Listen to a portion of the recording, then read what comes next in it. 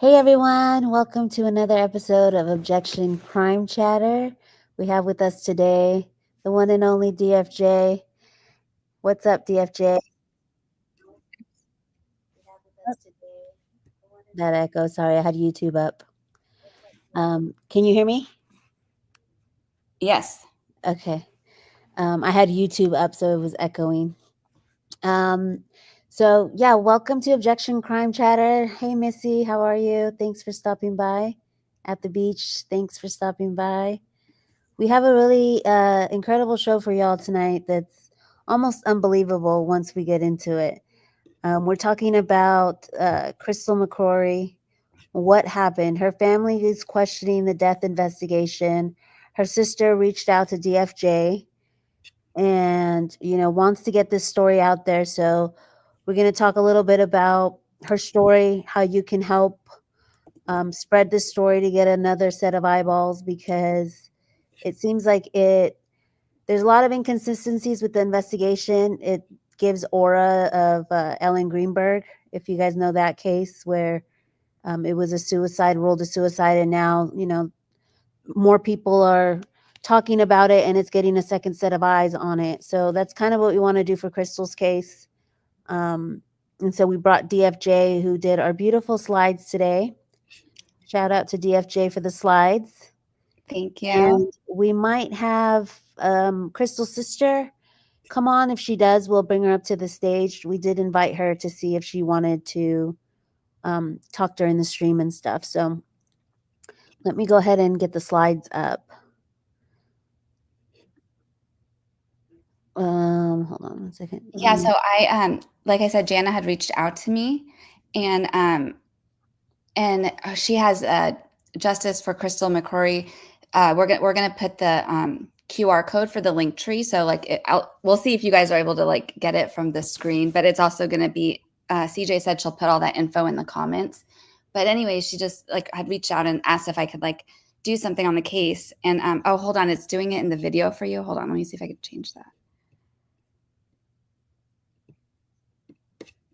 Okay, did it how's it now? Yeah. Oh, that's cool. So you can move it. Okay, cool. Okay, so can you go back to the first one? Or the trigger warning? Are you moving it? Because I'm not moving it. No, I'm not moving. That's what I'm saying. It's playing. You have to close it. Oh, okay. You have to refresh it or close out of it. I thought you were moving it. Okay, sorry. Okay. No, sometimes Canva does that. I don't know why. It will just play it as a video. So if you start all over. How's that? Yeah, and then make it bigger on the bottom, on the right. Right there. It's still doing it. You have to escape. Maybe can you close out of it and reopen it again? The whole thing. Sorry. Well, anyway, sorry, you guys. Mercury's in retrograde, so I think sometimes there's technical difficulties, but don't worry. I swear to God, this is gonna be good. So anyway, so she had reached out and asked if I could do something on her case, and I was like, okay, but I was like, I want to share. If I share a case like this, I want to make sure that we can figure out a way to help. It's hard to hear some of these stories without being able to help. And I talked with her yesterday, and this woman is amazing. When I say amazing, I'm not even kidding. That you'll see it, because a lot of these slides are because of her. She has been stonewalled at every turn. She's investigated. She had to make FOIA requests for even for the death certificate. I mean, this woman, she's just she's made a timeline that's over 94 pages. Okay, yeah, now it's working. Can you go to the big arrows on the right? Yeah, no, it'll still try and play it. Why is it doing that for you? I don't know. It's weird. I'm going to send you another link. Yeah, I can pause it. I know it's not going to work, though. Can I send you another link? Yeah, send me another link. So here's Crystal with the angel wings. I love this slide. Yeah, I mean, and it sounds like she was an absolute is Jana just in the chat? Oh, can't join live, but I'm listening. Okay. So this is Crystal's sister. Thank you so much for trusting us with your story. Yeah. I didn't get to get on that call yesterday. I'm kind of getting over the flu. So I've been trying to rest and getting my voice ready for tonight's show.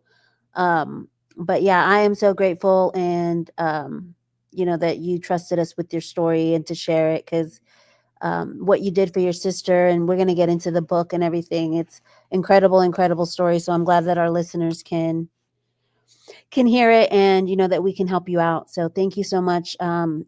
If Christina, if you can link her YouTube, Justice for Crystal McCrory, in the chat. And she has like incredible playlists. And once we get the slides working, you guys will see like in a second how much work that she's done to go into this. And I told her she should run for politics to help change her area. So try clicking the new link, CJ. Like exit out of that. New Did you get the new one? New link, yeah.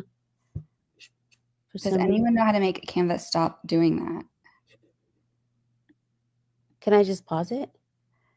Yeah, it's not gonna work. Can I? Let me see. I wonder, can I share it?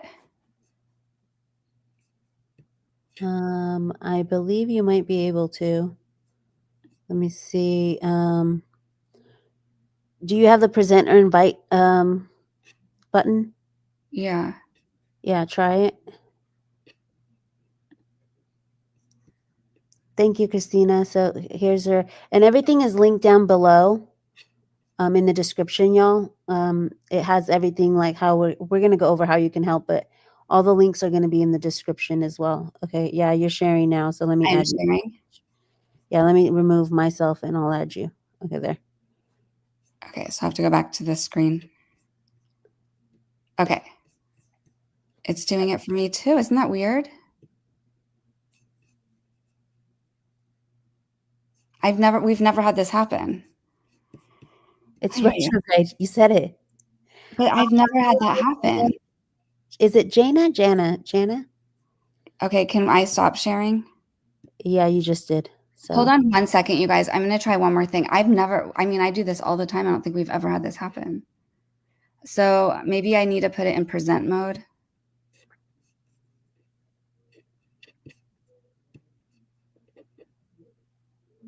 I've never.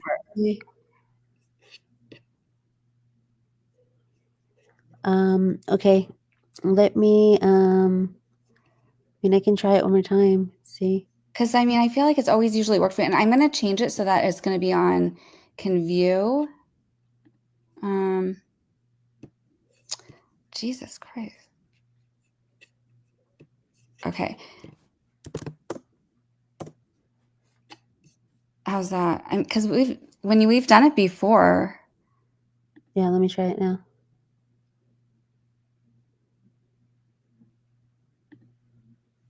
You might have to do it also where it goes like when it scrolls up. Anyway, so yeah, I can we'll see if it comes up. But what I was going to say, well, there is just a trigger warning. The topic includes like murder and self-deleting and infuriating government gaslighting. But as always, like CJ and I, we always discuss like with respect and focus on the facts. Like we don't care about the gore or anything like that. So yeah, here's the trigger warning. Yeah, there we go. I wonder if you like just go back to the present screen, I wonder. Yeah, you're gonna have to pause it. Like if we do it like this and go, yeah, maybe, I don't know. Anyway, so okay, you will scroll up. So can you scroll up? Sorry, the other up, down. Okay, there's the link tree.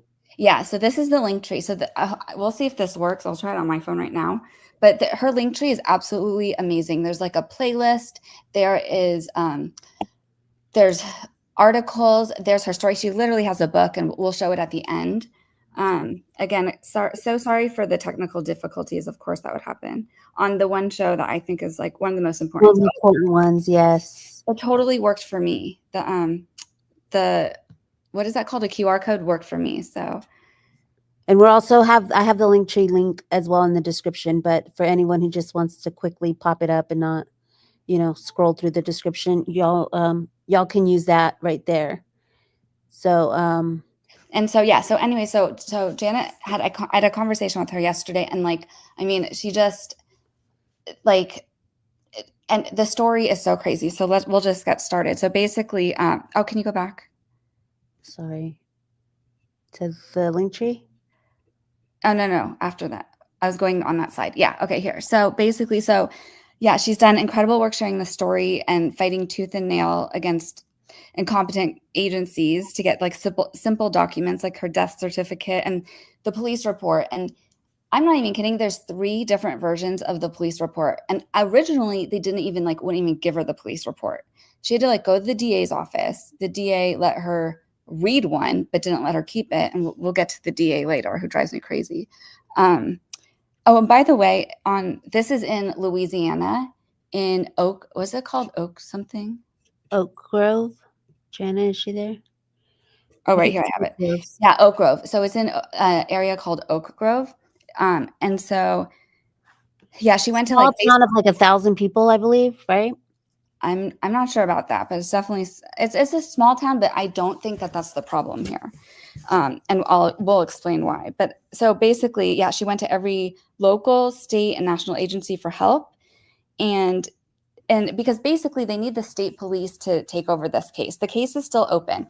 They said it was a suicide, and we'll show you why. We don't think it's a suicide, and at a minimum, this just deserves a new eyes on it. It deserves an investigative agency that does not have a conflict of interest. And that was the whole problem, is that the husband was an employee of the sheriff office who oversaw the investigation. And there really wasn't not an investigation. They just kind of did a 7-minute interview and closed the case and called it a suicide. So at the very least, and this is what I respected, I think, the most about Jana, was that she said that if the state comes in and does an investigation and comes to the same conclusion, like, she'll accept it, but she cannot accept what they did here. And you guys will see why. So, Yeah.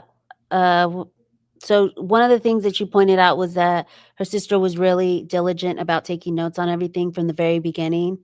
It reminded me, I was telling DFJ about the Micah Miller case, if y'all followed that, and the Maya Maletti case, where their sisters right away, like their gut feeling was something was wrong.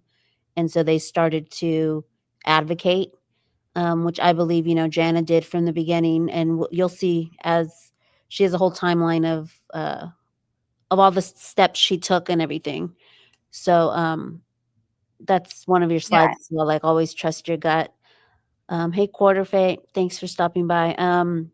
And I told her like how I was like in awe of like all the work that she's done on this case. And she said that her sister Crystal would have done the same for her, if not like 10 times better, because Crystal was like 10 years older than her and really like took care of everyone. And so if I can't even imagine like what a driven, great person that she was, considering like what Jana's done. So, and then the other thing that stuck with me, oh yeah, so about the notes, is that Crystal was like a note taker. And I don't know if anyone here does like I make notes like every day. I make like checklists every day. So it definitely resonated with me when, we heard that about Crystal. And so for them, it made no sense that she would have suicide and not leave a note. And it's just like she literally like would give notes for everything. I think Jana had even said like she got a note even when she was like mad at you to tell you she was mad at you. Like so it was really strange that like she would leave loose ends and not have any notes, and all of a sudden She just was be about gone. to become a grandmother too. Yes, So and there was a lot of exciting things happening in her life, where, people always say, oh, sometimes there's no signs or whatever. But with this one, we'll get into the evidence and you'll see why. It just, the math wasn't mathing with it. The things just don't add up with the trajectory of what was going on with her life, and especially the note part, because like she said, if someone's habits, she loved her family enough to at least let them know something. She had her sister, she had a family. So for her to just not leave anything, it was unlike her. So I wonder if we do like the present screen maybe. How do I do that one? No, I just wish that we can make it bigger so everyone can see the whole slide. Really? I'm so mad. I worked so hard on these slides. Okay. So anyways, yeah. And also the other thing that Jana had said was that, that this also, it probably happens a lot more than we realize, but not everyone has like the resources or the capability to figure out how to fight back. because, and it really, I think, does, and it across the board. So that's why I don't think this is just like a small town thing, because even like the whistleblower case in San Francisco for the OpenAI whistleblower, that was a suicide. Oh, they said that was a suicide, and there's like none of this that looks like a suicide. And like his parents were even on Tucker Carlson, like they got millions of views, and it's just, you know, there's just like incompetence and corruption everywhere. It doesn't matter if you're in a small town or a major city with a lot of exposure, it doesn't matter.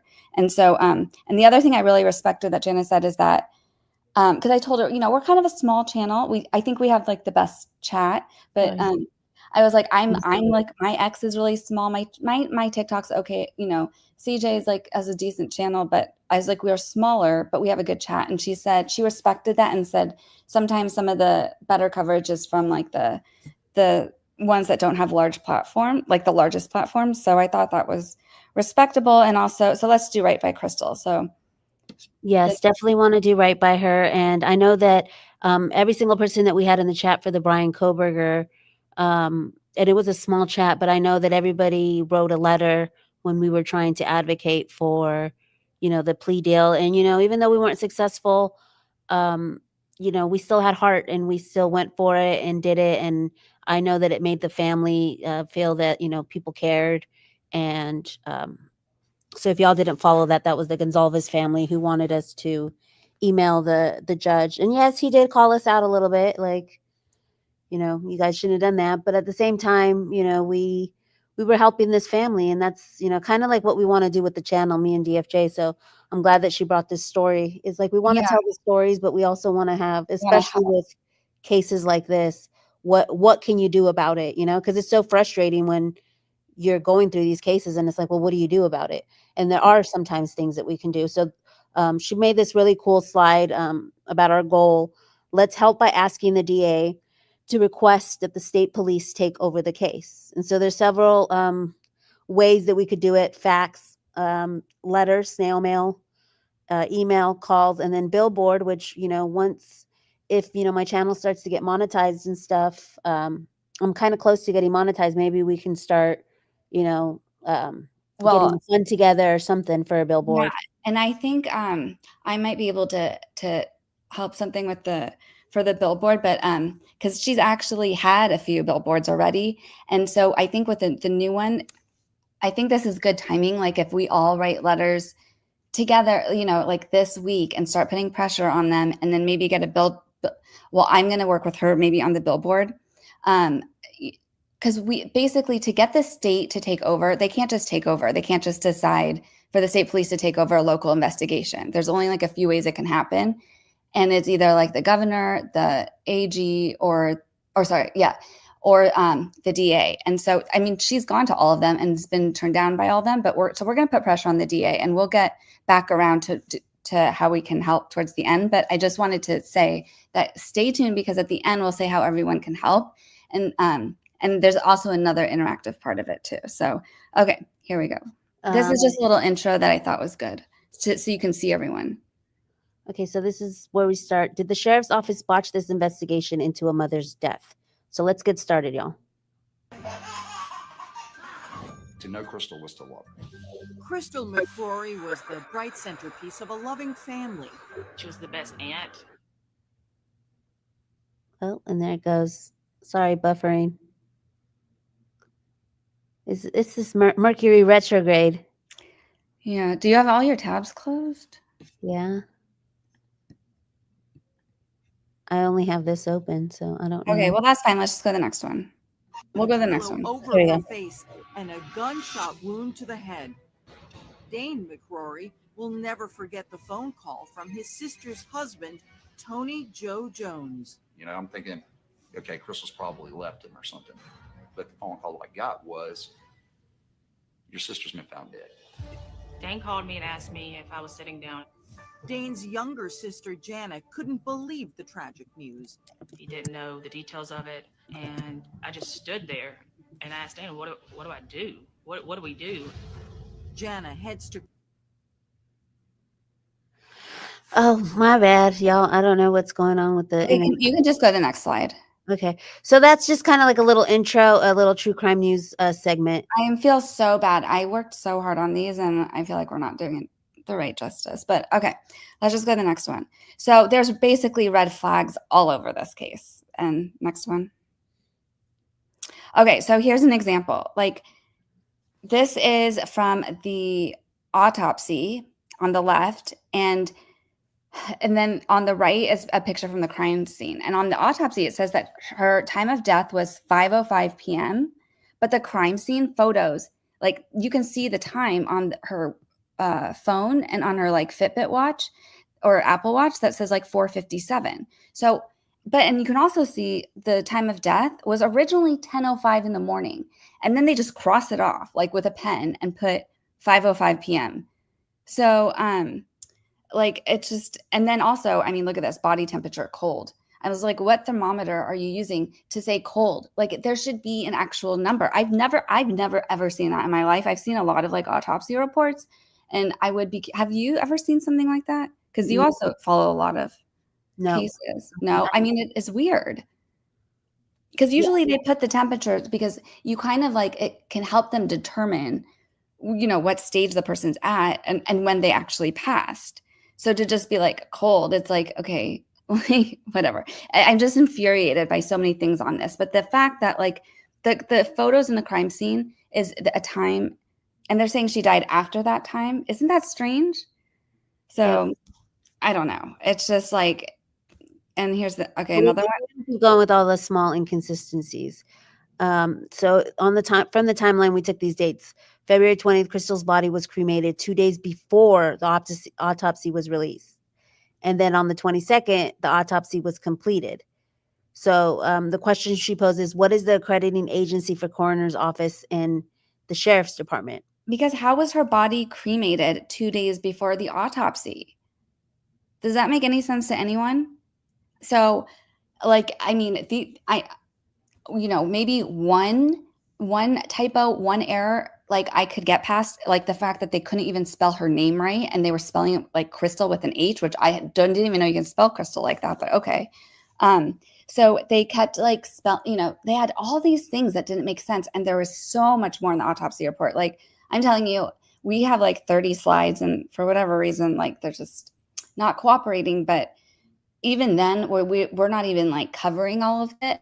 Like this could go on forever. There's just so many mess ups like this. And I think that the coroner was the coroner was just arrested for attempting to strangle his wife, like attempting to murder his wife. Yep. The coroner. So there was no these are just bad people. Everyone needs to go. This needs a clear to start over. Like it needs to be with an agency that the husband is not involved with, So that's another fact of the case. So Tony, and I wish that video had played because that was a good intro into the case. I know. I'm so sorry, Janet. God. Tony is Crystal's husband, okay? And he was the one who basically reported that something was wrong with her. So we're going to get into why this was not a suicide. So less than 2 hours into the investigation, the cause of death was ruled suicide, which I believe it was in the first 7 minutes after the interview with the husband, right? Then right after they interviewed him, they're like, okay, it was suicide. In that interview, he admits that he had picked up his daughter from school, who normally would take the bus home. And so red flag, right? Because this is out of the norm. For those of us who followed the case with the one girl where she got picked up from school too, I'm trying to remember, well, it doesn't matter, but inconsistencies like that, when like the husband went out of his way to go and do something that wasn't normal, red flag 1, right? So she didn't come home to the crime scene. That's why he went and picked up his daughter, logically speaking. Told the cop neighbor to do a wellness check and said the door is open. How would he know that the door was open? So, he was only 12 minutes away. So he goes and picks up his daughter, and I believe they go out for ice cream or something, right? And he calls the doctor's office to see if she was there. She had an appointment at 2:30. And then he calls the doctor's office. I'm not sure. Jana maybe can clarify if it was before or after. But at some point, he calls the doctor's office and she's not there. So then he calls to get a wellness check. Now, think about it. people who are married, would your husband right away think like something was crazy wrong to do a wellness check when he was only 12 minutes away? No, and also like Just try this. they had just talked that morning. And so, I mean, that's what I'm saying. It doesn't make any sense to me. Like, you don't start worrying for a wellness check. Like, like this is a normal, like it's an average day. And you'll see in the, cause I kind of pulled out the part of the transcript where he says he was he was worried early on because he wanted to check if she went to the appointment, and that, like you said, 2:30. But then he said he really started to worry at 4 when like she didn't show up to karate or something. And it just, none of it makes sense. And yeah, let's just, so like we saw, the finger was still on the trigger in the crime scene photos. And We so have close-ups of those, so you guys can check that out, because yeah, when like you see those, it's like major. That's why she put all the major red flags. major. And I'm telling you, like, I was like literally in my bed last night trying to figure out, like, just playing it out, and we'll get to that part. But I couldn't like physically, like, there was only one way that I think that, like, and it still wouldn't work. There was only one way it could have happened where she landed like that, but then the trajectory wouldn't work. So we'll get to that part. And then, so there's 3 different versions of the police report. And again, you guys, this DA, I was like screaming in my house last night when I was listening to this recording, because Louisiana is a one-party state for recording. Thank God, because she, got smart right away and was recording all these people to document it, because they were getting lied to and gaslit all over the place. Like, and they're really smart. I think like her brother's like an engineer or something, a data engineer, and they're talking to them like they're idiots. So, okay. Sorry, I get so worked up about this. No, I mean, and I was like that too. Like, it's almost incredulous. And you guys here in the chat, by the time you're done, you're going to be just as, like, what? Like, how did this happen? Carm says, the trigger on the finger was how I knew it was hinky. So a lot of people, this case was, it happened in 2023. February 9th, 2023. We had a lot of podcasts, thanks to Jana. She's been loud, or, reaching out to smaller podcasts and stuff like that, who have put this information out. And so the people who have seen it, like Carmen stuff, know that there was something fishy, but we need to make more noise, and get it back started again, and reach out to media and stuff like that, so that, we're doing a great job with like the smaller YouTube channels and stuff. But I feel like, not only with the DA, that's one step, but also reaching out to these, true crime shows, the bigger ones as well. Because we'll also, we'll get to that. And then, we'll put like, figure out other ways to put pressure. But I think, we're going to make the DA reconsider why this should, she should just invite the state police to do another investigation. It's not asking for a lot.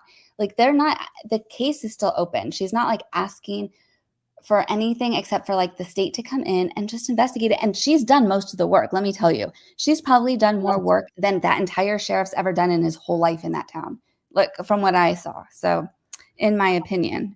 Quarterface has a question saying, is the spouse in a position to leverage a cover-up? Yes. So far screams cover-up. So yes, obviously this is all allegedly, but he was working at the sheriff's office, and he was like a deputy, and then they were going to try to get him through like the cop training camp or whatever, and he quit on the second day. So he never like went up, but he was still on the listed on the website as an employee. And the neighbor that he called was a cop. The sheriff knows him. I mean, it just had conflict of interest. It's like the Karen Reed case almost, kind of, again, where it's just like, no, like, cops should not be investigating their own. Like, get an outside agency for the sake of everyone. And I think that's what, like, the due diligence of the investigation. It's like, then there is no question mark behind it. Carm wanted to know what the appointment was for. She wasn't supposedly her psychiatrist. Yeah, she wasn't feeling good in the morning, and she called them. Or the doctor, yeah. And that's another weird thing, because I think that maybe he was making her sick or something. But okay, so where were we? So what? Yeah. the 2 different times of death. Tony had worked as a deputy. He started his police training. He quit on the second day and all that stuff. Okay, so you went through that. The coroner's report, we went through the misspelled names, incorrect birth and death dates, unverified claims of her health condition. So it basically said she had pneumonia and seizures, which Jana was like, she's never had anything like that. And then no full autopsy was done. So here's the other thing.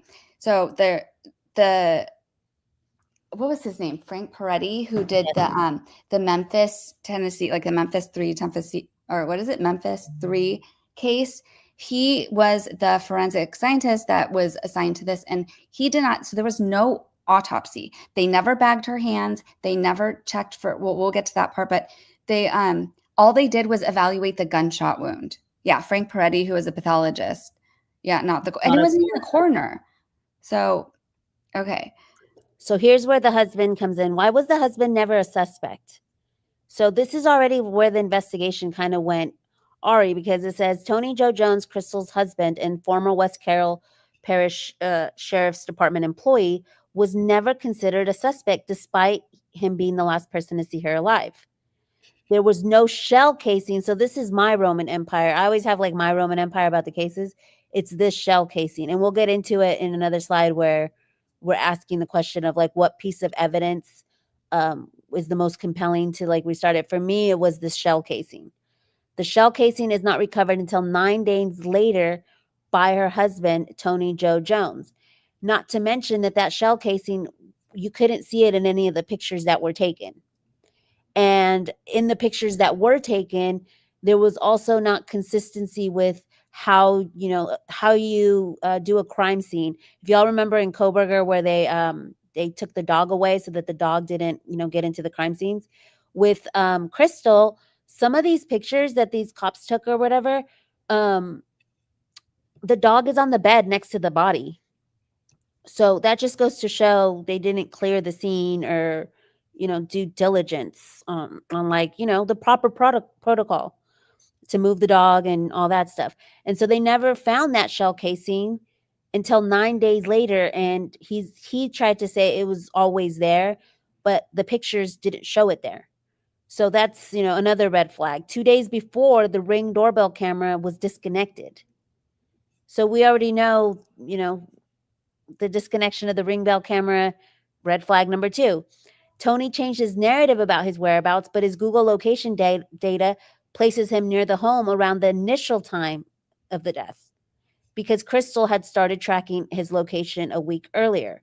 So Crystal on her laptop logged into was it his Apple ID or something? No, his Google. His Google. Okay. Yeah. So basically, go ahead. Well, no. So basically, Crystal had been tracking Tony a week before her murder. I'm going to say, death, but I think it's a murder. So a week before. And Crystal got the laptop, from the crime scene because she wanted to look for like a suicide note. And when she was looking through there, she realized that Crystal had been tracking Tony's location for like at least that past week. And even the brother mentioned that they think that Crystal was like getting ready to leave him.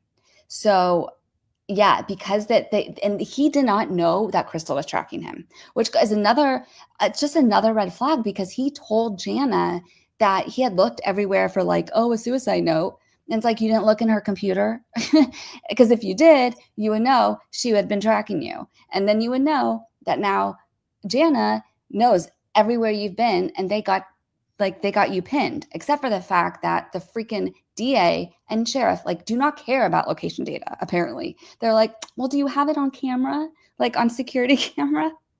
Oh my gosh. And especially, I don't know. I know you say it doesn't matter when it's an old town, but like that's old town stuff. Like they don't consider that like it's not updated forensics. In the Kohberger case, I know I keep bringing up Kohberger, and we're not even supposed to say his name anymore.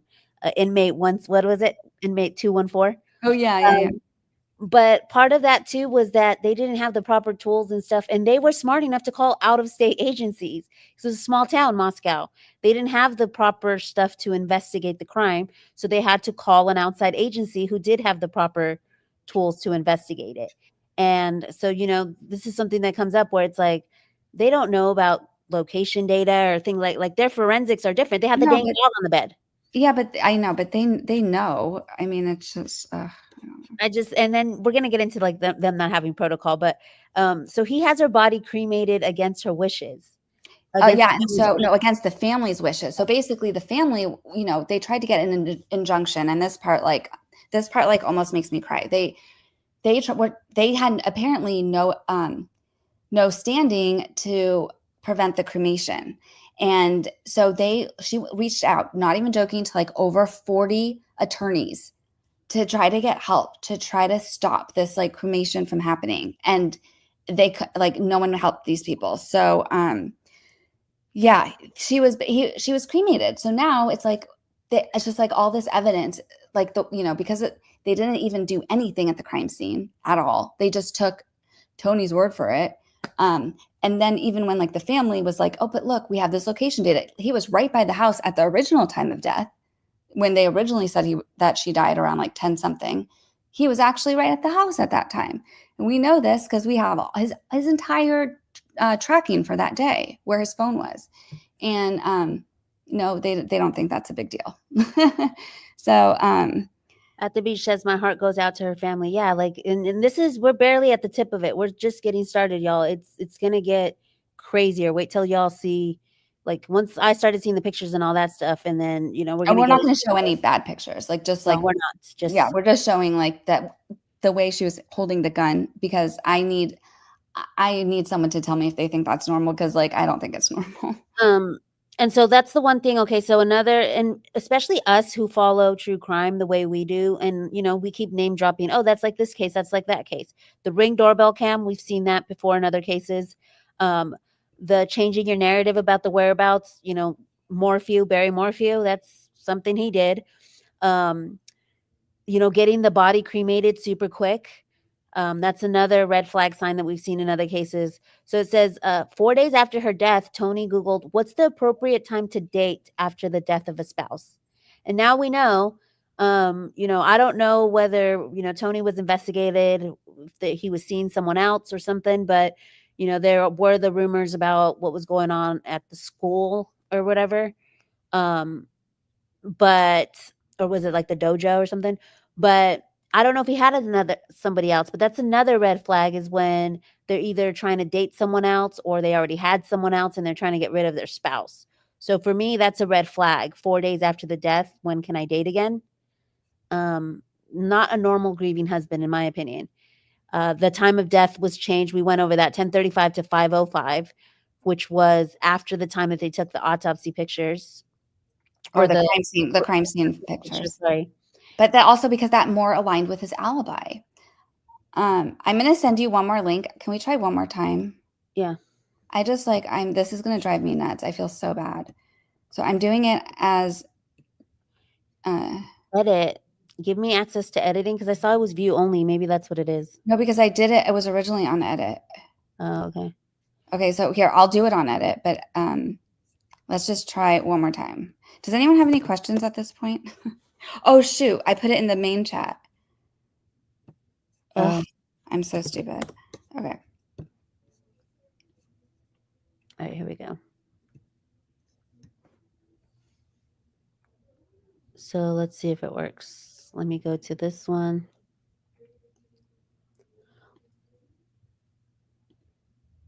Nope, still doing it. Maybe it's because you have all these slides. No, I downloaded it. I wonder if I can just email you the file. So Tony had been married 2 times previously and had a protective order from his previous marriage for strangulation. So there was already what do you call it? Like a pattern. It reminds me of the Micah Miller one as well. Like, when there's already a pattern being shown, and he's currently engaged. So, I'm not sure how quickly he moved on. If Jana's still in the chat, how quickly he started to date. Was it? Well, I mean, he's engaged, and his wife was, just apparently off to herself February 2023. So, not sure, but let's keep going. Let's keep going to the next slide. Okay. Okay, so why was the husband never a suspect? This is a I can't see. You're not presenting it, I don't think. Okay, there we go. Okay, so can you make it yeah, this looks better. So try making, oh no, it's not gonna work, is it? Just try. We won't know. It's not working. Okay, go back. Okay, so Is that big enough? Can you see it? yeah, it's just so weird. Um, Okay, so basically, can you go to the slide that was before that? Yep. I think we finished this one up. I wonder if it'd be different if you press that other thing where it's like, see where it has the 4 things? No, that just shows them all. Okay, so go back to the other one. Sorry, you guys. It's number 12. Okay. Yeah, I guess if you can exit out of that. Okay, and what if you went to the other, that one where it says like pages? Yeah, I did that one. I tried that one, and it just puts And then go big from there, and it didn't work? Uh-uh. Oh my God, that's what we always do. I know, it's really weird that it's not working. I'm wondering if it's because it's more slides than we normally do. No, I don't know what's going on. I think we're just gonna have to try and make it as big as we can on here. Okay, so basically, yeah, so okay, so can you scroll? Maybe the timer? No, it's not that. So if you scroll up, keep going. Okay, so yeah, this is good. Okay, so why was he never a suspect? So here's the transcript from. So there's a 7-minute interview, and it literally doesn't make any sense. So, and again, he didn't know that Crystal was tracking him. So he just kind of said this whole story, and like the timing doesn't make any sense to me because he says that like he went to like go do this job, which by the way, he like I don't think he actually had his license to be doing like this other job. So it's kind of reminded me of like the Barry Morphew where he's like, oh yeah, I was just illegally shooting squirrels. I wasn't killing my wife thing. You know, like I was doing a different crime, but not the one that I'm, this crime. The restraining order should have actually made them look more closely at the husband. The previous restraining order. I know. And she was so good because she recorded all of her conversations with these authorities. And when she talked to the sheriff, he said something like, he has no record or like something very weird like that I was like, what? Because he does. And we actually have it. And she also FOIA'd for it. So anyway, so this was just the transcript and it's like, we can't make it bigger. So I just feel bad. But if you go to the next one. Oh, well, I wanted to read the part that you had highlighted because he's like, I got my daughter from, I checked her out of school and it was like 2:45 and I drove to where I'd sent her a message saying, hey, I got the little girl, and she didn't respond, which she normally does. So then I drove into town and got me and my daughter something to eat at Sonic's. Oh, see, it was Sonic's. I thought it was ice cream. And I tried to call her again and she didn't answer. So then I contacted the East Carroll Medical Clinic because she had an appointment at 2:30. But like, I don't know. People who are married in the chat, does like if you're not answering, will your husband call the doctor's office? I mean, that just sounds weird to me. Like, wouldn't you just drive home? I said my wife was supposed to have an appointment and she's still there, and I gave him her name. And then the other highlighted part is where he talks to the officer. So then he calls the officer for a Deputy Harris for a wellness check right away. And says, can you go inside? The door is unlocked. That's the one that you were pointing out. And how would he know the door is unlocked? Like, that's just so weird to me. That doesn't make any sense.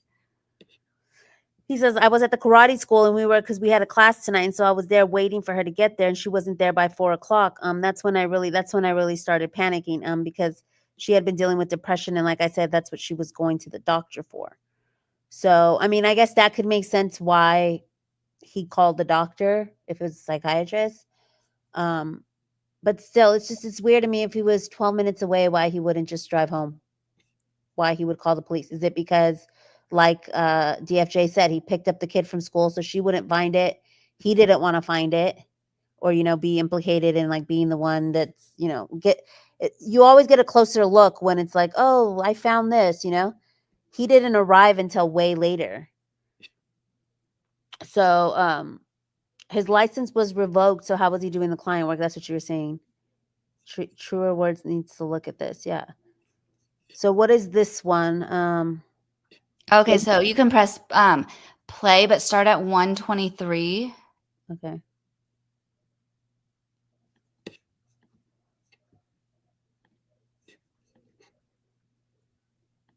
Of today, starting from when you left your residence this morning.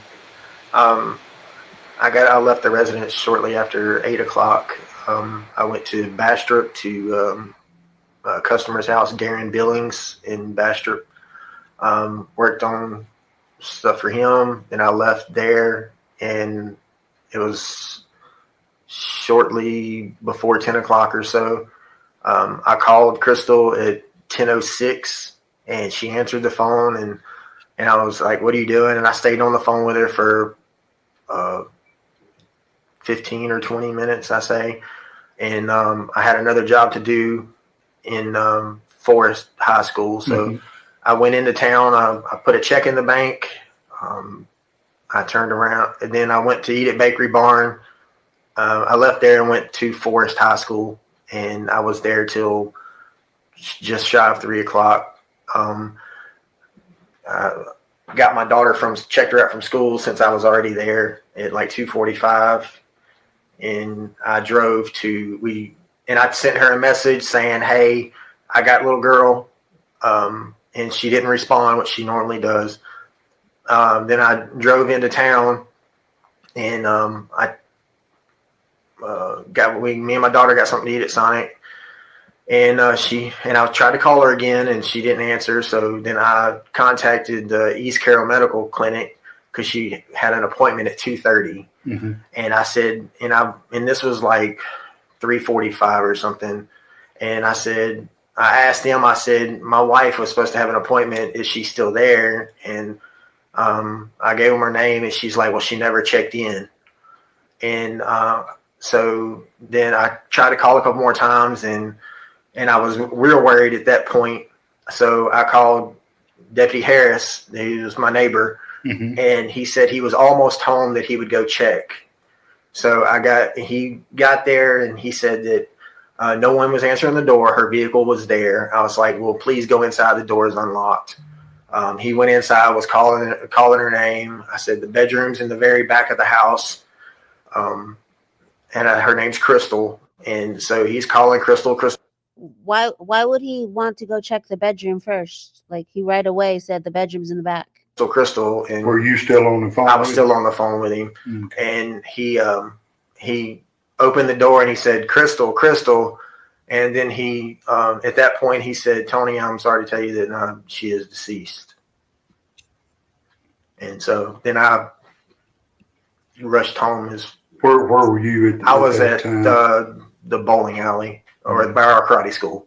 Okay. I was at the karate school, and because we had class tonight, and so I was there waiting for her to get there, and she wasn't there by 4 o'clock. Then that's when I really started panicking, because she had been dealing with some depression, and like I said, that's what she was going to the doctor for. That was her appointment to go for the depression. She was on Abilify, and the Amy Hale took her off of it, which is her doctor. And so now, and she was trying to come on. She said, I don't feel well. And I told her to call this morning. She set the appointment this morning. And so she made the appointment for 2:30 this morning. Okay. When you talked to her on the phone at 10, how did she sound? It took her a couple rings to actually get it. And I was like, she's like, hey. And I was like, hey. I said, what you doing? She's like, I was in the living room. And I was like, oh, okay. I was like, sounded like you were asleep. And she's like, no, I wasn't asleep. I was just in the living room. So, and I talked to her. We sat on the phone for a few minutes, and she really wasn't saying anything, because I talk to her while I drive a lot, and I talk to her while she's driving. And I was like, all right, well, I said, I won't get off here. You can get back to what you were doing. And she's like, okay. And I was like, I love you. And she said, I love you. And that's the last time I talked to her. And that you stop there. That's like, basically, it was just like, because then you just asked like, oh, was it your gun? And he's, and that was basically it. So I'm just like, to me, It's so crazy. Blocking them in the comments, you know. Like this, and it's the whole thing. It's like, you know, you could. Why do you just say it's like suicide? Like you don't think like someone came and killed her? You know, it's just why it's always like when the husband like assumes it was that it's giving auras of Micah Miller, where it's like the medicine, you know, she was also on medicine, and then he blamed like, oh, the yeah. doctor changed her medicine. But and also, or like, yeah, or even just like Ellen Greenberg. But I think this happens all the time. Like if like someone wants to kill someone else, especially if it's like a cop, you know, this guy was like, had the cops are all his friends. So he's like, oh no, my wife killed her, you know, killed herself. And so these were just other weird little things. And there's so much. Like, I am so sorry, Jana. I swear to God, I'll make this up to you. I do presentations with CJ all the time, and I've never had the slides do this. So we'll make sure we make it right. But so we'll get to the timeline eventually. But she has like this 94-page timeline, and these are just some parts from it. But like, for example, she found out that like he deleted contacts off his phone, because remember, she was like tracking the Google, and he deleted someone that was listed as a coroner, a chief deputy, a worker at a bakery barn, a pastor, and like other people. And he's never deleted contacts on his phone. Like she can see all this history. And like, remember, the brother's also like a data engineer. So these are like smart people. And so he deleted this all the night before. Like, is that not weird? And then, okay, so again, on February 20th, so again, the death was on the 9th. So how many days later is that, CJ? Like 11. like 10 days later. Okay, so they had the location Google Maps timeline of his phone via the Google account on the day of the death. They have all that information. And that is like, oh yeah. So then like Jones asked if there was like something that Jana was looking for, and she said the suicide note. And then he said, this is what I was saying before, where he said he looked everywhere, but like obviously he didn't, because he didn't even think to look on the computer. So it's just nothing makes sense. So keep going. Okay. And another thing I want to say though about the Google tracking is like the thing that like kind of makes me mad, like, you know, they kind of dismissed it when it was presented, or the like the sheriff and the DA dismissed it, but it's like, no, this is right, because it also showed everywhere he was afterward. That adds up. So it's like, why are they dismissing the parts where that shows that he was by the house at the time of the original death? And then, I don't know, it doesn't make any sense. Oh, so this is also something that Jana got. And if you keep going a little bit more down, so see this part, this past incident, it said that, so around in March of 99, so this is an ex-wife or former wife, whatever you want to call it. And it said that he like grabbed her, threw her to the ground. She was 3 months pregnant. And then like about another month later, when she's 4 months pregnant, he grabbed her by the throat and choked her. And she didn't pass out, but like his brother had to pull him off of her. So like he's attacking his like ex-wife. So he had like a restraining order on him for violence, you know, and it's just, He didn't do probably no background or anything because of the fact that he worked with it, you know. yeah. You guys know how people give news. You're not just going to tell someone over the phone, oh, she's passed away. I mean, because they had that rapport, because obviously he worked with the police department. But normally the protocol is, you know, we're going to need you to come down here. You know, something's wrong. You know, get down here as quick as you can. I don't think that they normally will tell someone over the phone, like. So here's where the trigger warning is. We're about to show the picture of her fingers. So this is where it just didn't add up. Yeah, to me, okay. So this is her right hand, and I don't know if anyone else here shoots, but like I shoot, and so it's real. So basically, the bullet went through the bottom of the bedboard. That like where like the bottom, because they said that like apparently she put like a pillow over her head and then used the gun to shoot herself, and then this is how they found her. And to me, I can't figure out how she would end up like this with the pillow over. It doesn't make any sense. Like it would. I think she would have had to have laid on the gun, And but then the bullet like going through the bottom of the headboard doesn't work. So the only way to me that it makes sense is that someone was standing over her and shot her with a pillow over her head.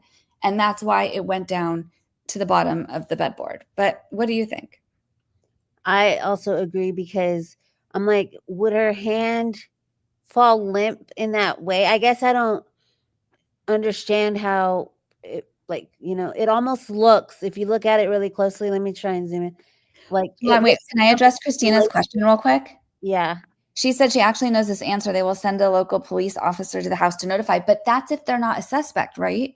Because I think he's a suspect. They should have bagged her hands, tested it. They should have tested his hands for gunshot residue.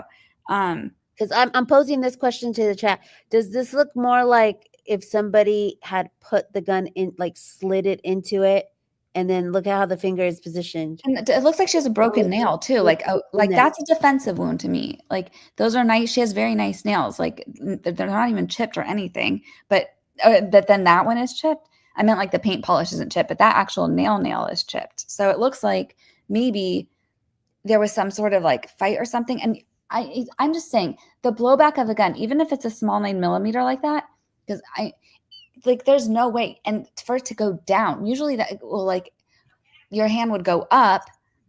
So this doesn't make any sense to me. And I want to know like an actual whatever criminal or a forensic reconstructionist for something like this. I want a reconstruction because I personally don't think that it could end up like this. I would love for this to get into the laps of Chris in the interview room and Billy Little with the Cold Case Foundation, because I feel like they would have experience, like knowing, like even looking in these pictures and stuff like that.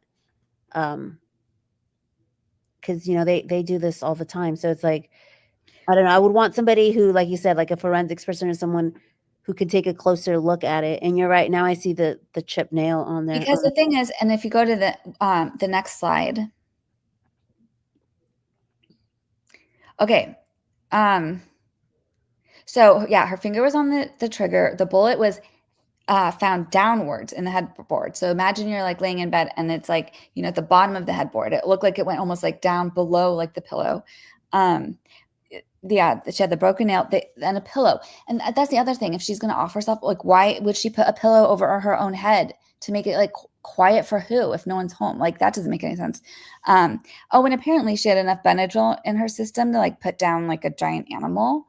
So it's like, I don't think that she would have had like the coordination necessarily to do this. And then the other thing is, okay, so this little white part here was actually from the report. And so that they said that it went from the right to the left. So she is right-handed. So they're saying like it went from the right side of her head to the left side of her head. So, but for that to have gone downwards in the bedboard, okay, she would have been having to lie on her left side. So I don't understand if she's lying on her left side. Picture this, and then put your right hand over the right side of your head, and then imagine shooting. How did it end up where she has the gun still, her finger on the trigger like that, on the side of the bed? That doesn't make any sense to me. No, and I don't think the bullet would have gone all the way down because, like, I don't know. None of that makes sense to me. And the fact that this casing was not found right away, right? Oh God, yeah. So that's a whole nother thing. Okay, so the casing, they found the bullet in the wall, right? Like it went through the headboard to the wall, but the casing, there was no casing. And then her own husband turns the casing in 9 days later. And I just also want to say they had photos of the crime scene. And okay, so I have this on another slide, but since I already messed up all the slides, I'll just go off on whatever. So basically, when she met with the DA, she had to go to the DA's office to see the crime scene photos originally. No, it's okay. You can go back. You're so nice. Yeah. You can just leave it on this one.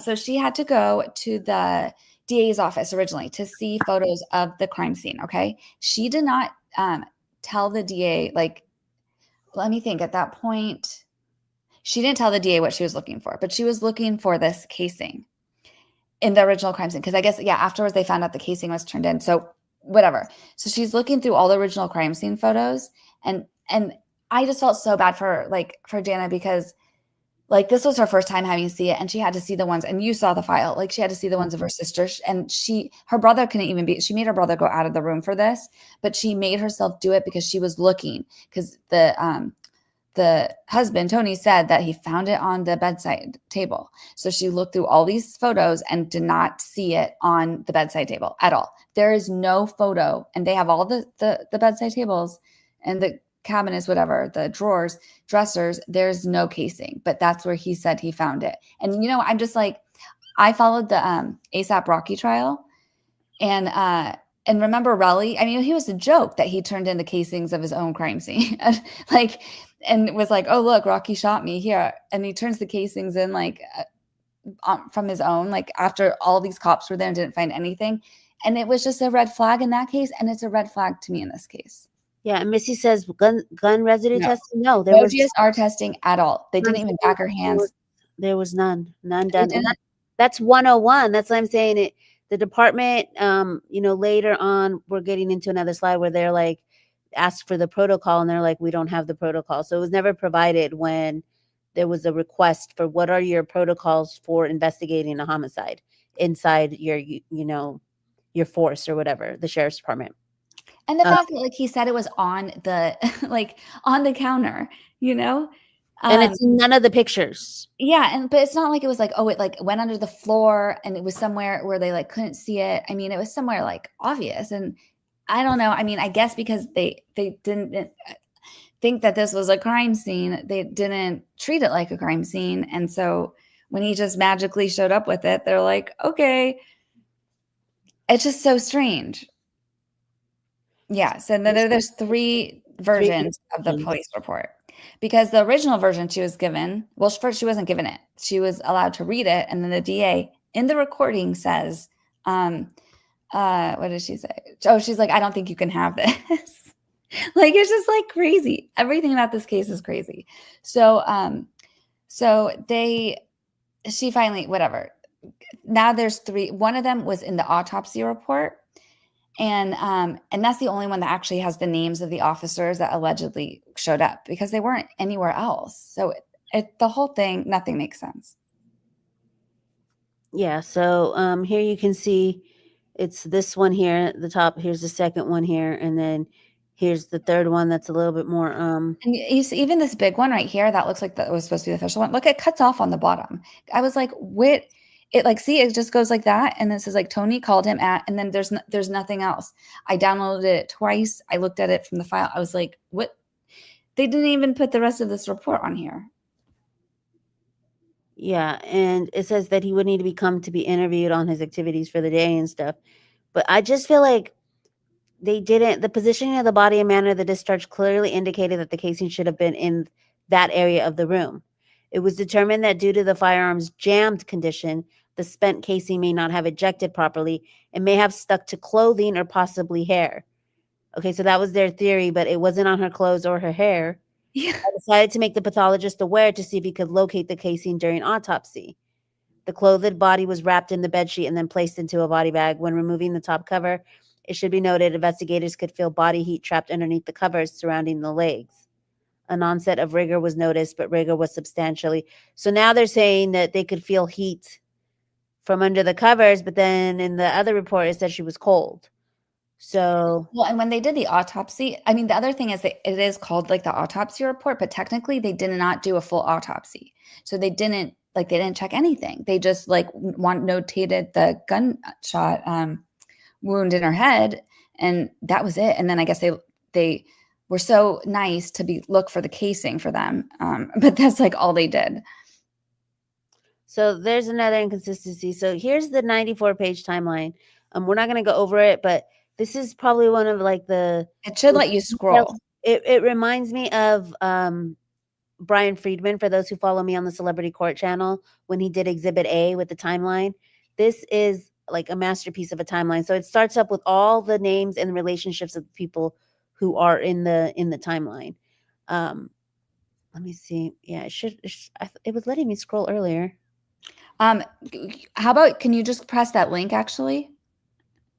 See, okay. No, do you see the link on it? I got it. Yeah. Okay. So you guys, this is amazing. So she basically, this again is 94 pages, and she just makes documents this whole timeline, and there's so much in here. I mean, we could probably do another episode, like, but there, I wanted to, if you go down a little like an episode just reading going through this timeline. Yeah. This is like, kind of like what we read to get into the case. I also linked a playlist of a podcast as well on my playlist that I listen to. That's really good. If you're not a reader, if you're more of a listener, but go back up to that. Go back up. One? No, one more up. Thought. Oh, never mind. Okay, keep going down. Because it said like something about the Google timeline location. Yeah. So I think she said for like up to like a few days afterwards, she was like tracking him. So they tracked him for a while. And actually, after what we learned from the Blake Lively trial, she could probably just subpoena Google, because from what we learned, they don't fight back. Like, they'll just give up the information if the other party doesn't respond with a motion to quash in, 30 days. So Jana, I would subpoena, you can make like what are they called? A Van Sham case. You can make you can just subpoena Google for Tony's Google information or G Suite information. And apparently they don't fight back. They'll just give it to you as long as he doesn't file a motion to quash. This is another part that I found really compelling.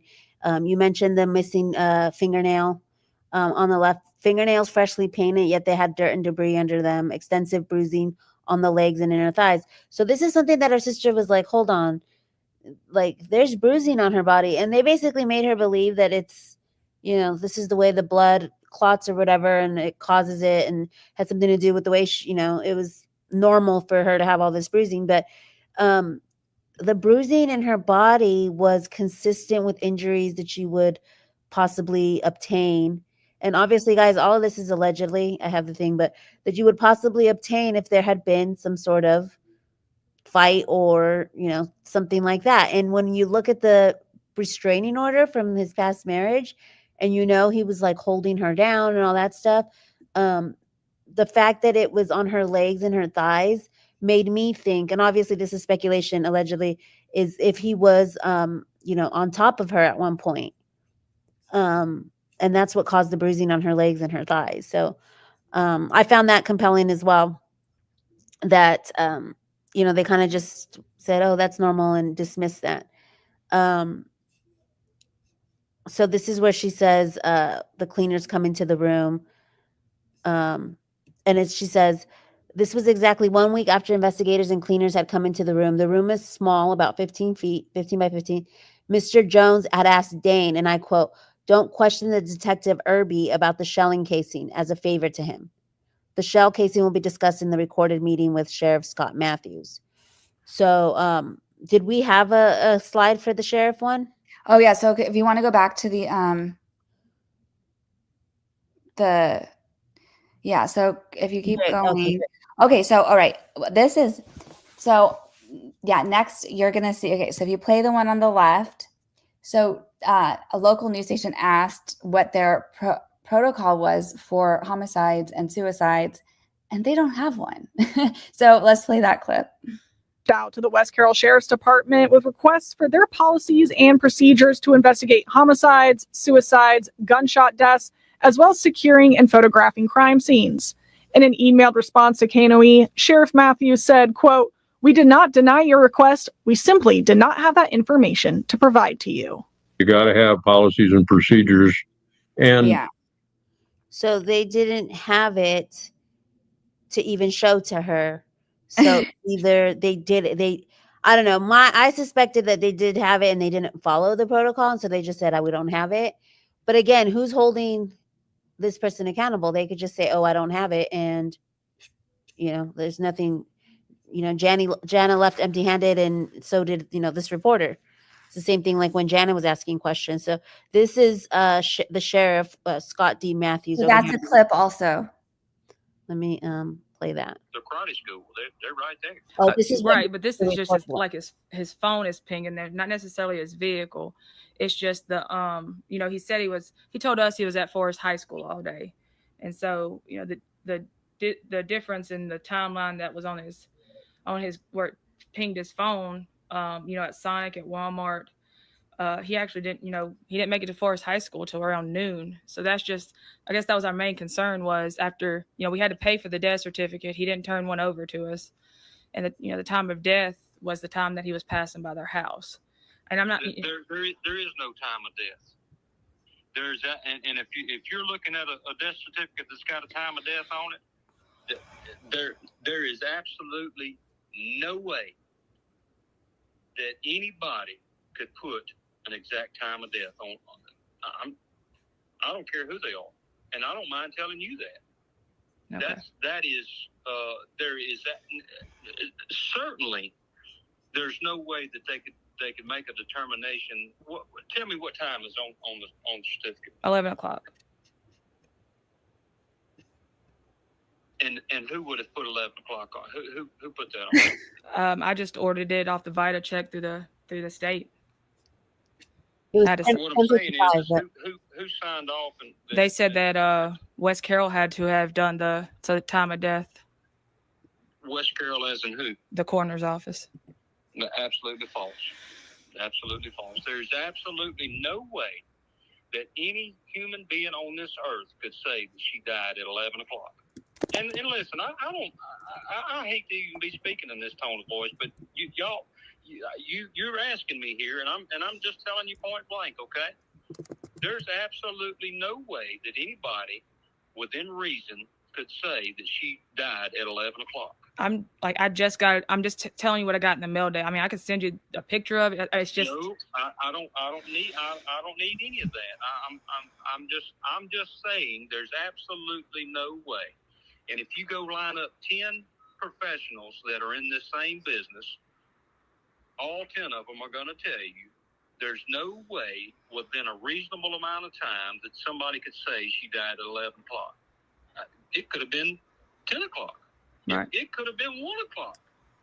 So it couldn't have been 10 o'clock because he talked to her at 10 o'clock, according to also, so I know because everyone, we have you literally have the smartest chat because people are like, no, they can tell what they check their stomach and stuff, the contents. But that's what I'm saying is they did not do an He's actual saying you can autopsy. line up 10 professionals, and I'm just thinking about Billy Little and Chris, tearing up this call because it's no, there's rigor mortis when it sets, different ways that you can tell, when But the thing is, because they said it was a suicide, they didn't actually do any of these tests that they should have done. And normally you can tell based on the contents of their stomach or the body temperature. But I don't know if you saw quarter fate, but remember what they said the body temperature was? Cold. They said it was cold. They didn't say what the actual temperature was. So they just said, oh, it's a suicide. We don't have to investigate it. And so, and then I should say on the rest of this, it's almost done the recording, but I swear he he basically almost accuses her of forging the death certificate. A 2-hour variance in y'all's mind is a big deal. right. Am I right or wrong? Right. I mean, I completely agree with that, without a doubt. Okay. So to be able to say that she died at straight up 11 o'clock and to compare that to a phone ping, that's ludicrous. he says that's ludicrous when she's saying, okay, this is what the and he's blaming her. She's just I'm telling you, it got mailed to me. And already his accuser, he's getting defensive. It's giving triggered. It's giving evasive, gaslighting. I saw someone in the chat say gaslighting. Can I give a side story? Go for it. Just a side example. I had someone steal something off my porch a few days ago, a huge planter thing, and which is worth nothing to anyone probably except for me. And like the cops actually like came to my house, like looked at my camera, like made a whole report. And I felt so bad because I felt like the angle of the car and the camera, it didn't read the plates right. I was like, they're never going to find this guy. And they called me today and they're like, thank you so much. Like, they're like, thank you for providing us with all this info. Like, we identified the guy based on your photos and your video. And we have a arrest warrant out for him. And I'm like, I feel like Jana didn't even get like that amount of respect for like the, death of a relative, like a person, I just feel like they didn't even like give that much effort at all, like anything.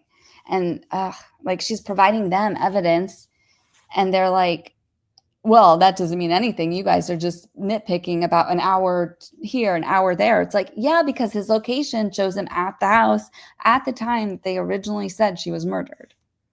In the morning when he's supposed to. And that's another red flag to me when he's like, she could have been dead at 10. But it was like, no, well, because if you believe Tony, he talked to her at 10. So, that sorry, I got to let my cat out. Sorry, y'all. I don't know if Jana is still here. Can you go on the next slide? In the chat. Yeah, hold on. Let me let my cat out. Sorry about that. All right. So, yeah, I feel bad for the sister. This hurts. Exactly. And I hope like, we forgot to tell the chat and the replay crew that we actually had a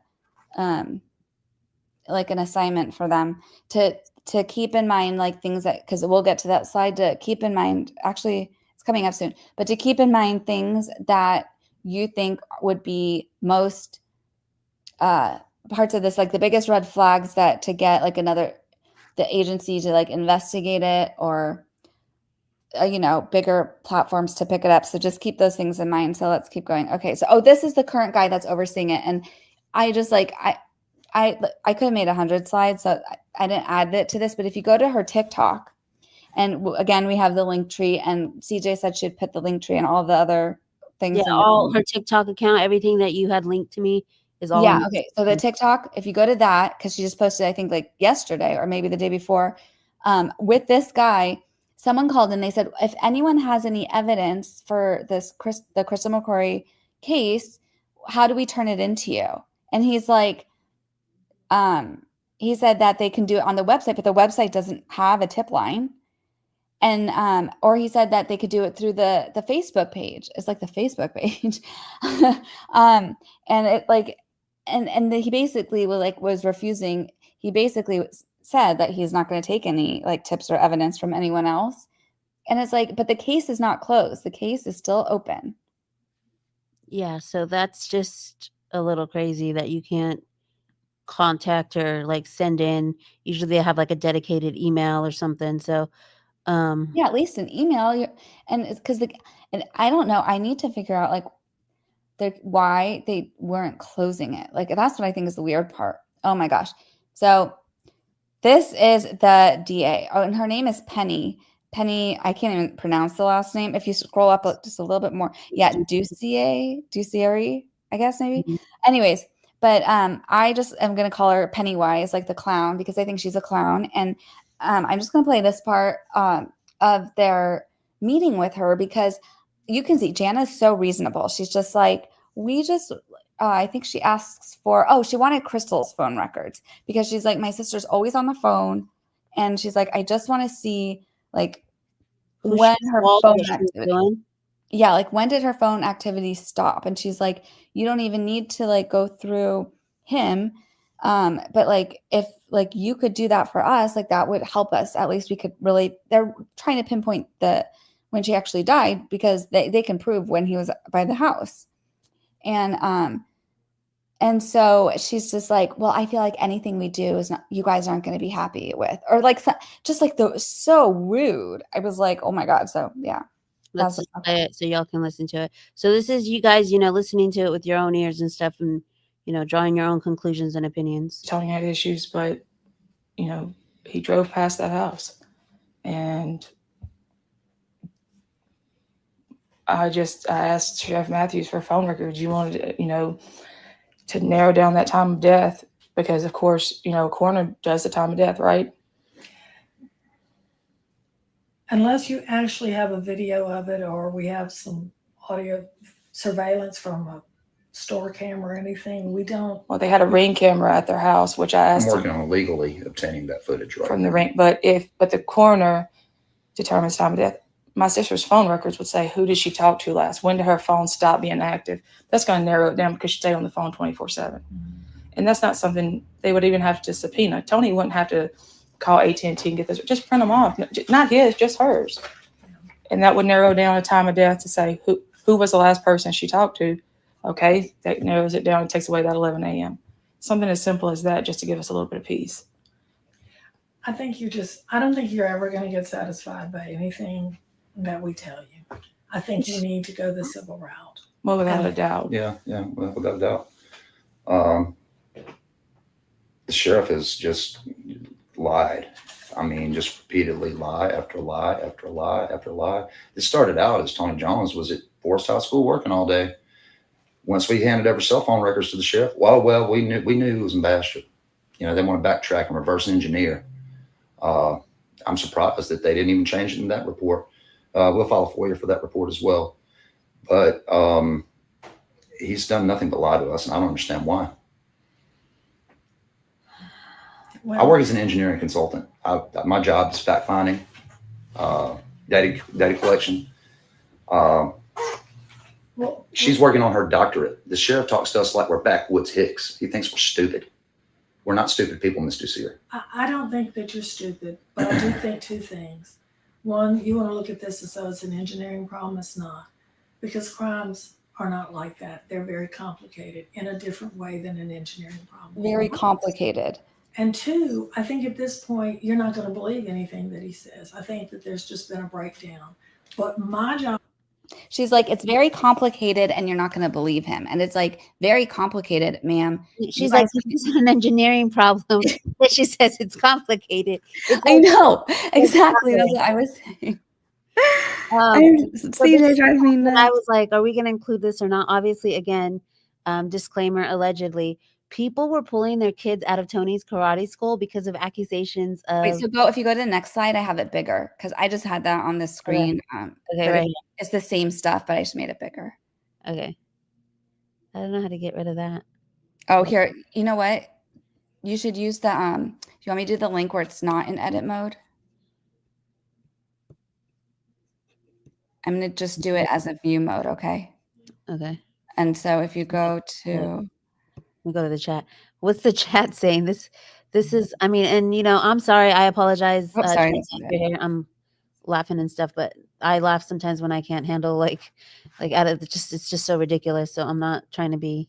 I have to laugh because I was like so annoyed earlier at myself for why this wasn't working. But yeah, I mean, the chat seems to want to make this into a series, so maybe we'll make the slides into smaller little episodes and do a playlist. Yeah, I definitely want to put the slides to good use somehow because it definitely was a good use for this stream. Yeah, I mean, last night I want to just do like a full read through of the timeline of all night, like do like a full 2-hour read through of just the timeline so people. Well, CJ, well, you were gonna do that today, and you got distracted with your own fire. But I feel like that is so like right up your alley because you're very good at going down those rabbit holes and picking up little like all those little nuances and facts, and that's why I love talking true crime with you.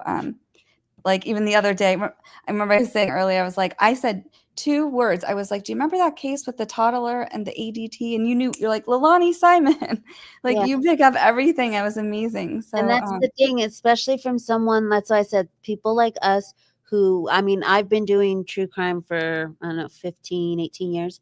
And I know you've been doing it for a while too. And it's like, you start to see the little signs, like right away with Tony, the picking up the child, the inconsistencies in the story.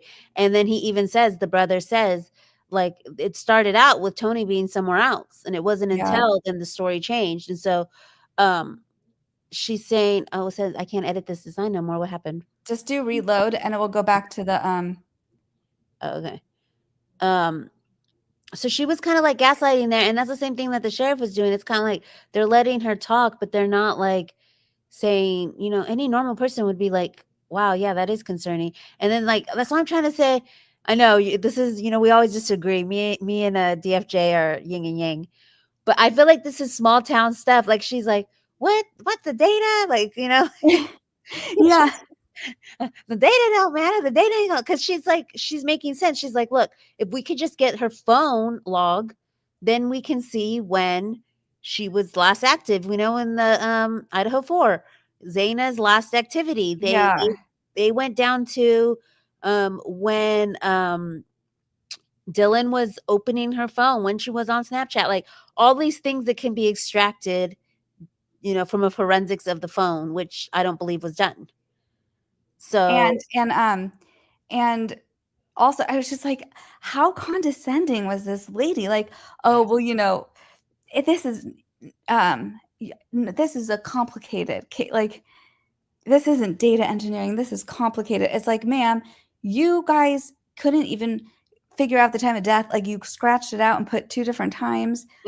You didn't do any testing. I mean, even just like the basic GSR testing, gunshot residue testing would have like sufficed, I mean, they did nothing. and then you look at cases like the Lori Vallow and Chad Daybell, where like, the Chad Daybell's wife, they declared it a suicide. Well, it wasn't a suicide, it was just like a natural death, right? Like she just died in bed.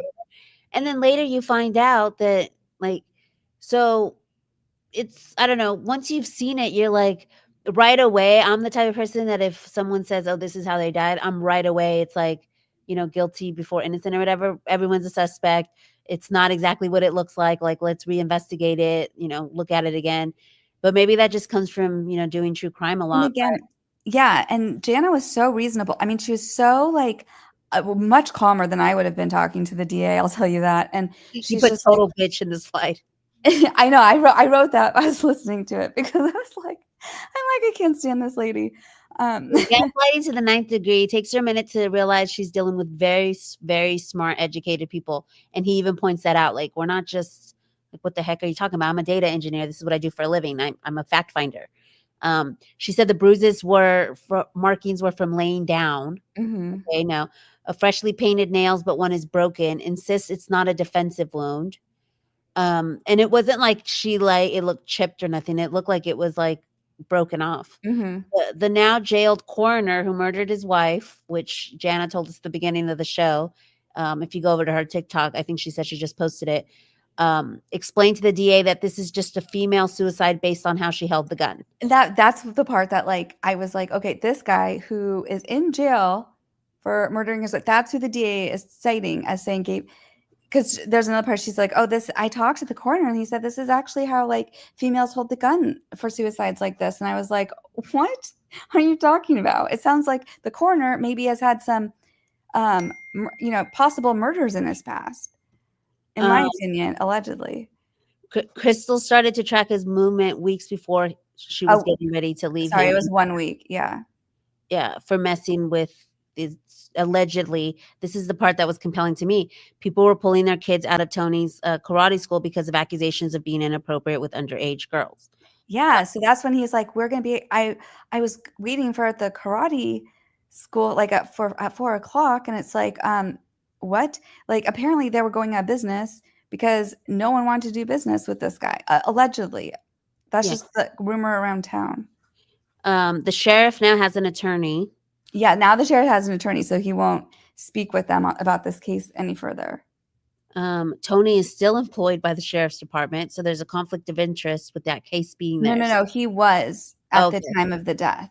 So, okay. So this was the other thing that was crazy was that she was saying, because then they point that out to her. They're like, this is a conflict of interest. That's why at a minimum you should call in the state, get a different agency because he's employed there right now. This is during the conversation. And she's like, well, I don't know if he's still employed. They're like, he's on the website. And she's like, well, he's not someone who comes in and turns in cases to me. That was what she said. Like, that was her excuse. And we'll get to what my other problem with these DAs there eventually. So they said that the police report was accurate, and she's, DFJ's asking which one. There's 3 of them. Which police report was accurate? Which is the accurate one? The DA doesn't realize Jana got the laptop and was able to see his movements from that day. He drove past the house. He picked the daughter up from school instead of having her take the bus, which was the normal thing to do. It's so obvious and so calculated. And, obviously the total bitch part. Jana was nice and asked for the subpoena of her sister's phone records, and the DA said, "You'll never be satisfied." They told him the sheriff lied, and she tells them it's a self-inflicted wound.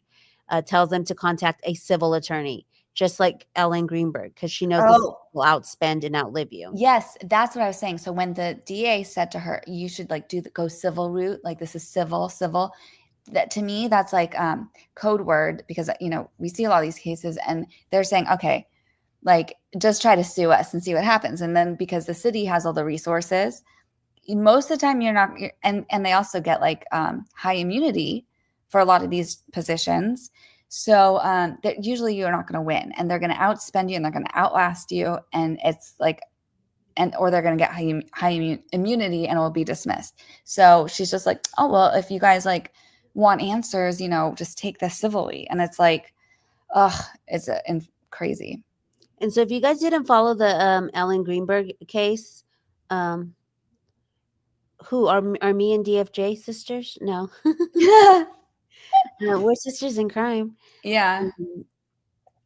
So sorry, I got behind on the chat. But if y'all didn't follow the Ellen Greenberg case, it was basically this girl who ended up with a bunch of stabs on the back of her head.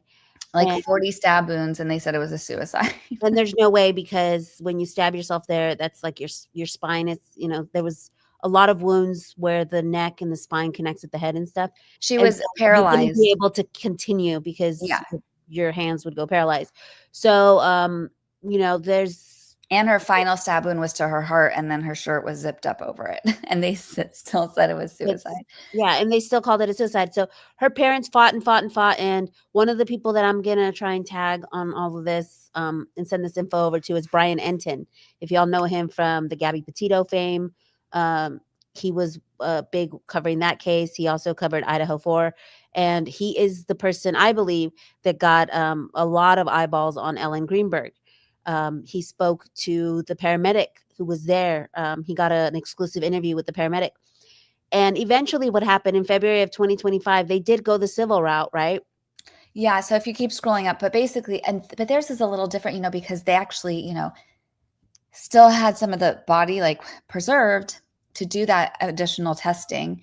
And whereas here, Tony got the body cremated and they couldn't really do much. So, but if you keep scrolling, so I was just saying, like, basically, so they had to get her death changed. That was one of the hardest parts for them, because it was ruled a suicide.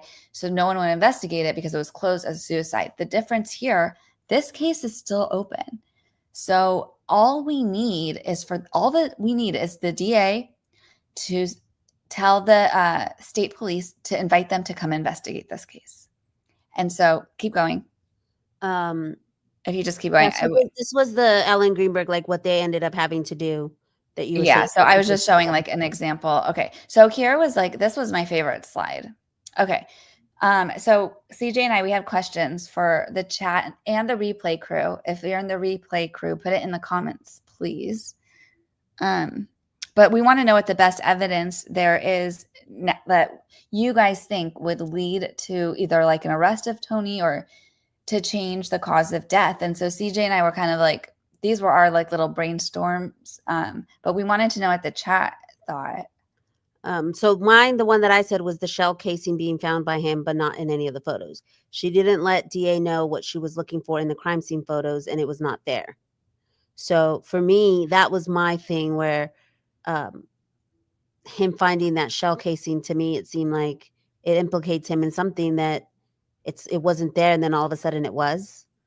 The other one was autopsy report was released 2 days after she was cremated. Yeah, that's like really strange. And remember one of the initial photos with the times on the clocks and the phones in the crime scene are from a time of before the time of death. They're saying she died after they were at the crime scene. So that's another big one. And I mean, obviously the conflict of interest that alone should lead for another investigation. And again, like Jana said, if they come up with the suicide, that's fine. But at least, like, they're tax-paying citizens. Like, they deserve a proper, just a proper like investigation of this. It's a death, And I don't know that they, like, I don't know. I just think about like with the Barry Morphew case, and because it's open. I mean, I don't know. Or is Tony still being followed? Because there was a point where Barry thought he had gotten away with it, and they were still following him. You know what I mean? So that's why I'm wondering, like, why wasn't there, or even with well, Chris Watts was, it happened a lot faster, but usually with the spouse, like, Yeah. Well, I know. Actually, I didn't ask her if there was a reason why it was still open, but here was another one. So this was because going back to the phone records, because remember I was like, it seems strange that he's like did a wellness check after whatever. So I want to see a pattern of their phone calls, and I want to see between him and her of what is their normal time. Like, is there gaps where like days where they've hadn't talked for like 3 hours, because there wasn't a lot of time where all of a sudden he was worried about her for not answering. Yeah, because I don't believe that between like the 10 or 11 and then, the doctor was at 2:30. That's not a lot. Like, come on, 10, 11, 12, 1, like 4 hours. You're going to call her doctor to see if she showed up. And that was the other part. If she showed up, I mean, you aren't like, oh, I'm trying to get a hold of my wife. Like, it's just, everything's so strange to me. I don't know how many times he called her. It seemed like it was twice. Like once when after he called the doctors, and then another time when he was at the karate place, I think. You can correct me if I'm wrong. But yeah, so I don't know how many times he did try to call her, but for me as well, it's like, if you're right down the street and you're worried about your wife and you really thought she was depressed and suicidal, it just doesn't seem like a caring husband the way they would react. Because especially if you're a police officer, right? Would you call another police officer to go check on your wife, or would you just run over there and be like, oh shit, she was depressed. She wasn't feeling well. She didn't show up for an appointment. I'm thinking the worst. I'm rushing Yeah. over. And it's like, oh, but he was at Sonic, like Eating ice cream. Like, it's like, so you weren't really that concerned. Oh wait, let's see what some of these comments said. The phone records are crucial now. I agree. Yeah, the shots as well as the pillowcase. Yeah, I mean, and that's so strange to me. Like, why would she need a pillowcase? Like, usually that happens when you're murdering someone. The gun jamming is very curious. I agree, Christina. Yeah, no GSR. Yeah, that was the biggest red flag. But it's like, that one is almost Monday morning quarterbacking, because there's not like any backtracking. That's the one thing that I'm like, oh my gosh, like all they needed to do was just look at the hands, like it's so simple. It's like 101 of like criminal, forensics. First thing, if there's anything with the gun, you check the hands, like everybody's hands, anybody who was, around or whatever. And another thing that you pointed out was no alternate suspects. It wasn't like, was there a break-in, or it was just like automatically. Yeah. Yeah. And that's like how I felt with like the Ellen Greenberg, like when you heard the 911 call and he's like, oh, she stabbed herself in her heart. Like, it was like, that's what you thought when you walked in and saw your fiance with like a knife in her chest, was that she did that to herself. Like that's always a red flag to me. And it's just like, oh, this is a good one from Quarter Fate. Let's do research to see if that's suicidal behavior, placing a pillow. How common is it? Yeah, because I feel like deep dive. I know. And I was actually trying to look up statistics for like how many females suicide like to the head, gunshot wound to the head, and like for whatever reason, like the document I found was from like 1980 or something. I was like, this is not helpful, but it's like actually a hard thing to research, I feel. Yeah. So you said Mr. Jones deleted from his phone the night before Crystal's death. The contacts, those contacts. Ooh, yeah, that's the coroner, the chief deputy, a worker at the bakery barn, a pastor, and several others. These were the only contacts ever deleted from his phone. So why would he delete the coroner, like to give the night before, give space between him? There's no connection. And the night before. So yeah, It go to the says, next. "What can be done if the state looks into it, body is gone? Is that why DA is dissuading?" Well, okay, so and I have this on another slide, but I was looking up these DAs because I was like, I wonder when she's up for election. And like they're in this county, it's like they're 6-year terms. And like the guy before her was there for like 30 years or something crazy. So I feel like they work with the sheriff's office like really closely. So she doesn't want to like piss him off. I think, I think that together they like to decide what cases they take. And yeah, so she wants a good relationship with him, I think, and she doesn't want to go against the sheriff, even though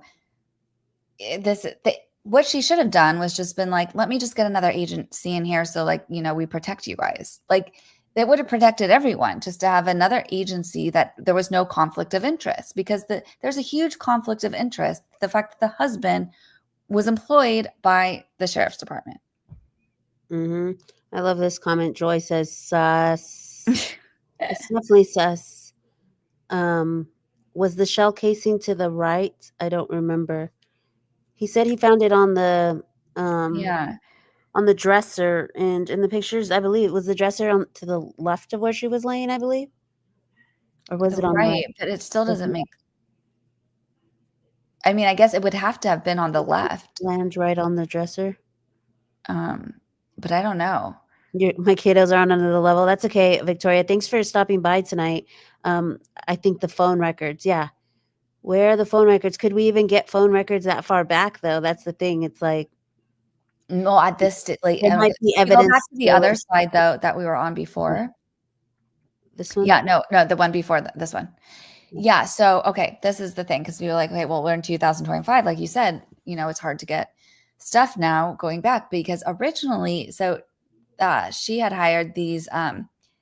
This is called Fair Fight Initiative, and they were supposed to help her fight, to get a wrongful death suit. And that's what they said they would do. And they asked her for $10,000. So her husband liquidated his stocks so that they could, they thought that they were going to get all the subpoena, get all these records and start making a bigger case. And they basically kept stonewalling them. I think they did 2 FOIA requests, which she's done 100 FOIA requests for documents. So that's nothing.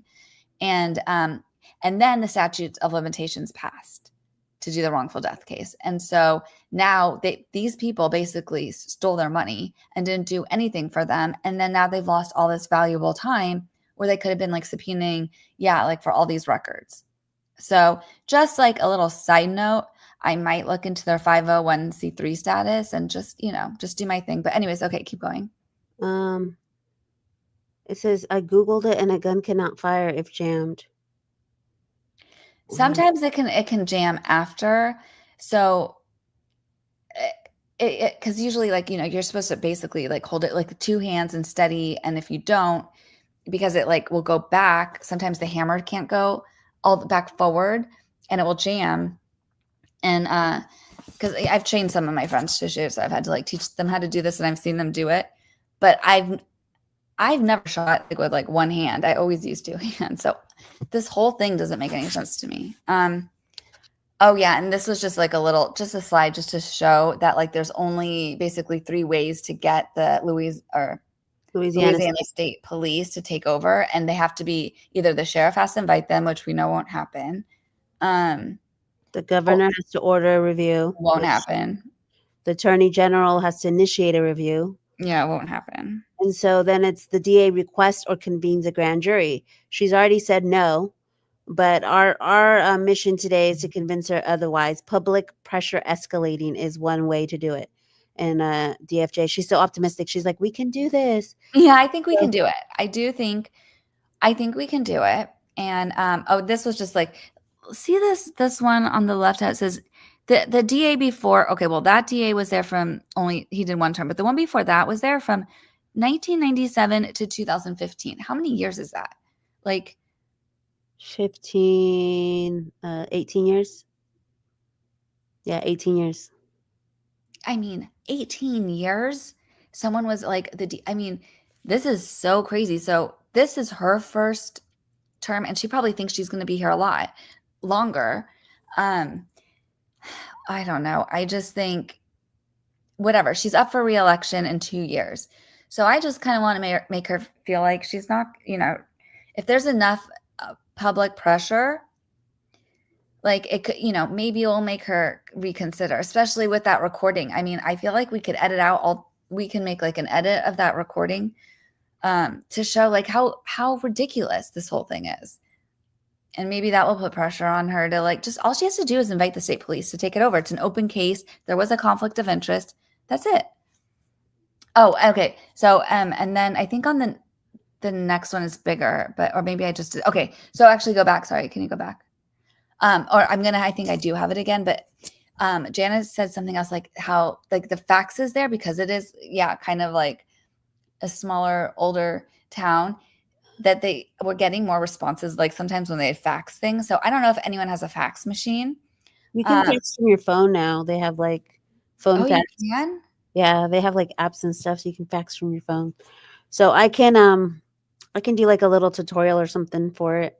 Yeah, so we can fax, and this is the address, and I actually do have it again. So if you keep going. So this is the sample letter. I just, and I feel like I'm going to have to redo it because this was just my sample, but I think like, and I'm going to make some sort of template. But if you do want to make this bigger, I mean, if you do want to copy this one, you could totally copy that one. But basically I'm just, saying that due to the conflict of interest, that I think that this case needs to be handed over to the state police or another outside agency to investigate. And that's all. So Missy's comment, she said, we got the Maricopa County DA to investigate Laura Owens, and we can campaign to get eyes on this too. And you know what? That is so true, because that's actually what I was kind of thinking. And you'll actually see, I have a slide from Megan Fox, who led that campaign. And let me tell you something, how cool this was.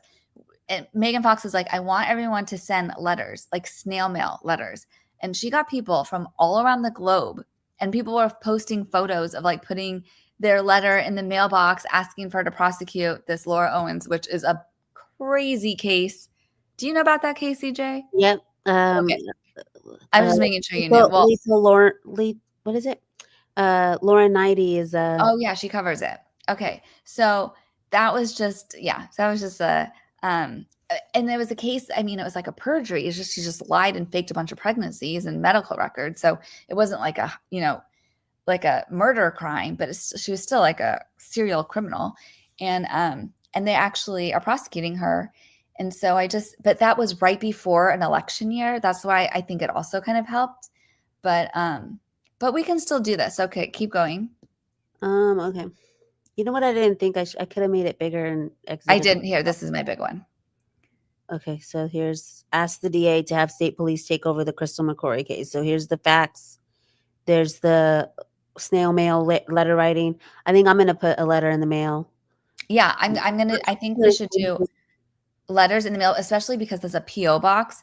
You know how quickly like those things can fill up. So if we I'm getting out my stamps. I don't always get to use stamps, but I had a lot of fun doing my letter for the Laura Owens case. So I think if everyone wants to help write a letter to the DA and just simply ask. Jen, yes, this is the corrupt DA. Well, allegedly. But yeah, this is the DA that, kind of brushed them off. But we're thinking, that was just Jana and her brother. Can you go down? Can you go up more? Yeah. I will get my forever stamp out. Thank you, Quarterfeit. Okay, so play this little clip on the left. This is for a different case, but I thought it was so funny. Tell her why it's important to you. Write letters. Send snail mail, actual stamps. This is what I want it to look like in her office.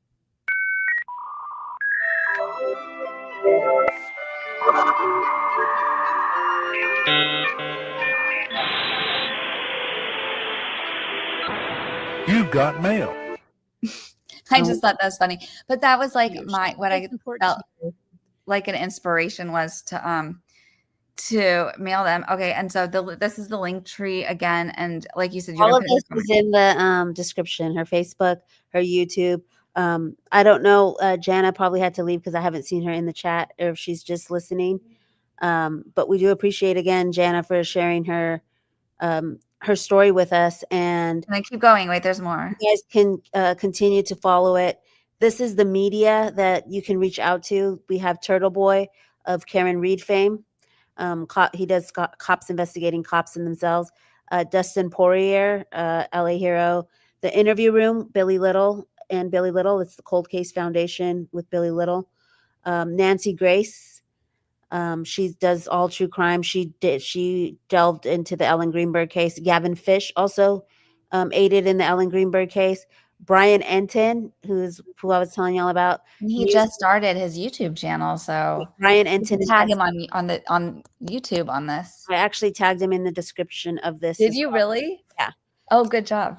Brian Enton Investigates. If you guys want to tag him on X too, at Brian Enton. And all throughout this week, if you guys haven't joined the community on X, it's linked on my channel at the top. You can check out the links, and I have an Objection court chatter, or crime, sorry, not court, crime chatter community, and I'll post all this stuff, who you can tag. Andrea Burkhart, she's also on X. She was interested in Ellen. Tizzy, he does those videos of like when bad shit happened to people, like to hold them accountable. And I feel like go ahead. Go ahead. No. Say what you're going to say.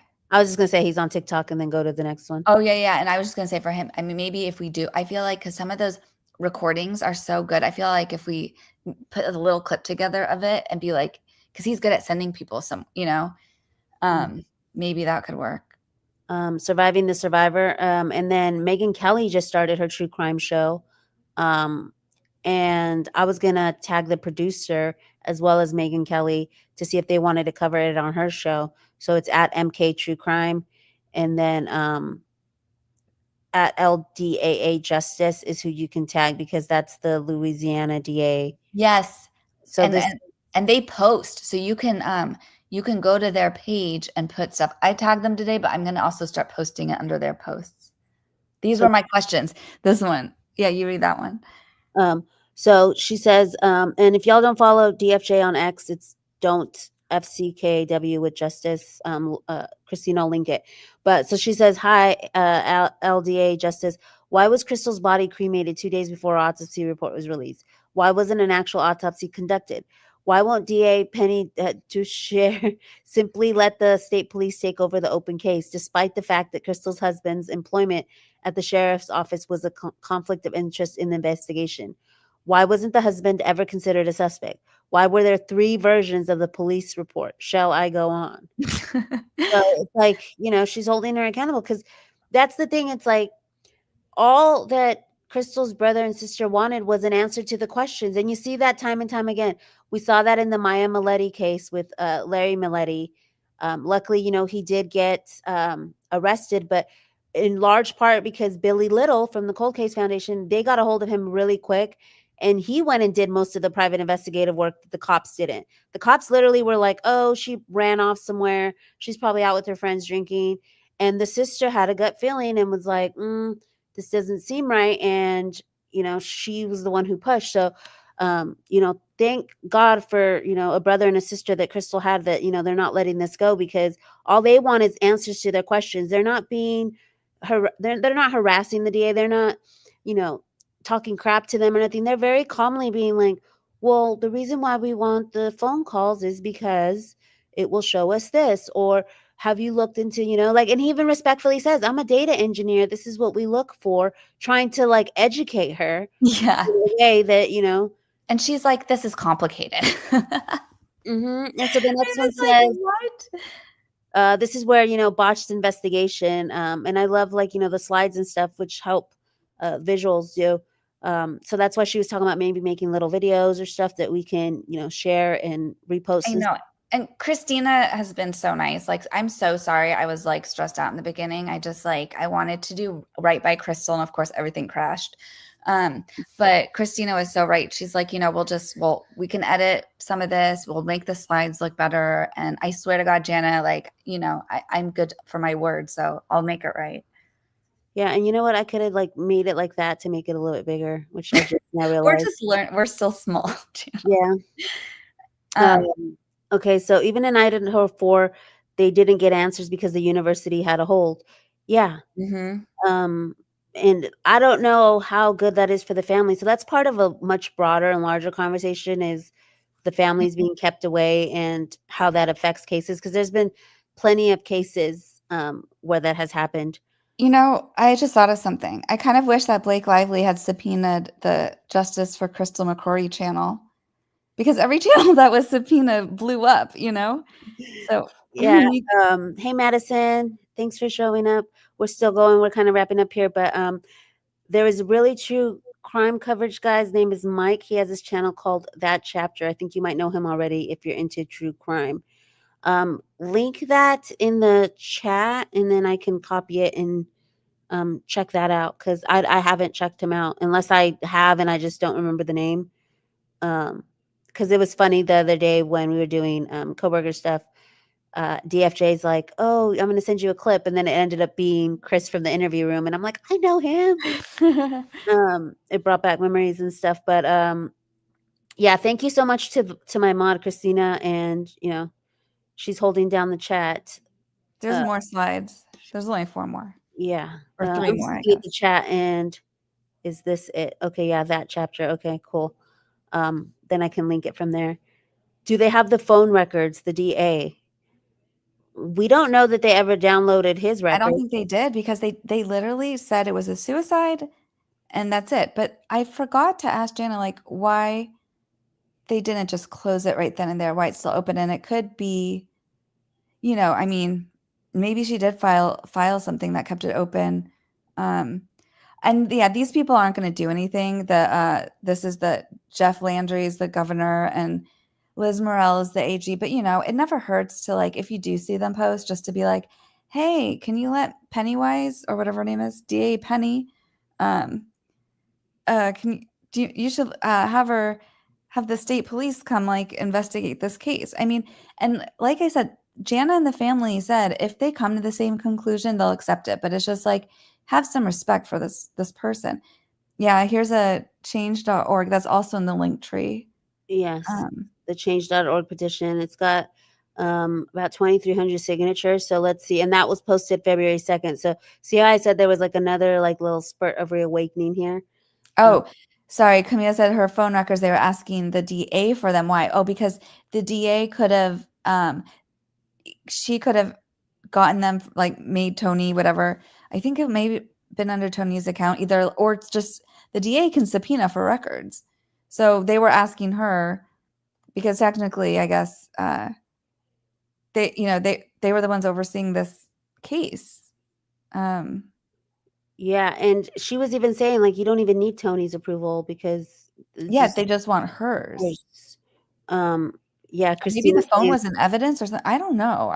Laura has mornings and I take evenings. Yes, so I have Laura modding in the mornings. I thought she was gonna come on tonight, but she goes to bed early so that she can be up for the morning stream. Okay, so then Carmina also says, why? Okay, would he want her dead because she was leaving? Well, because also, yeah, it looks like tracking him too.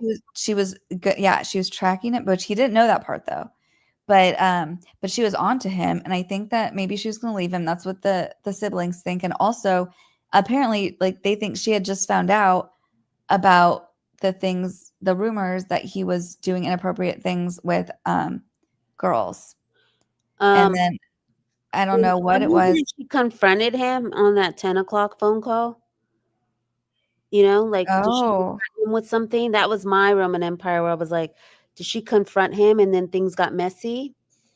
Maybe. And then had to like, cover it up because I don't know. I feel like why would they put that the time of death was 10 o'clock? There had to be a reason or 10:55. Well, also, yeah, because she probably clocked him because remember, he didn't know that she was tracking him, but she obviously found out something.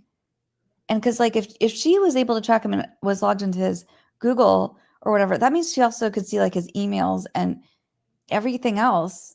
I'm sure she saw something or knew something.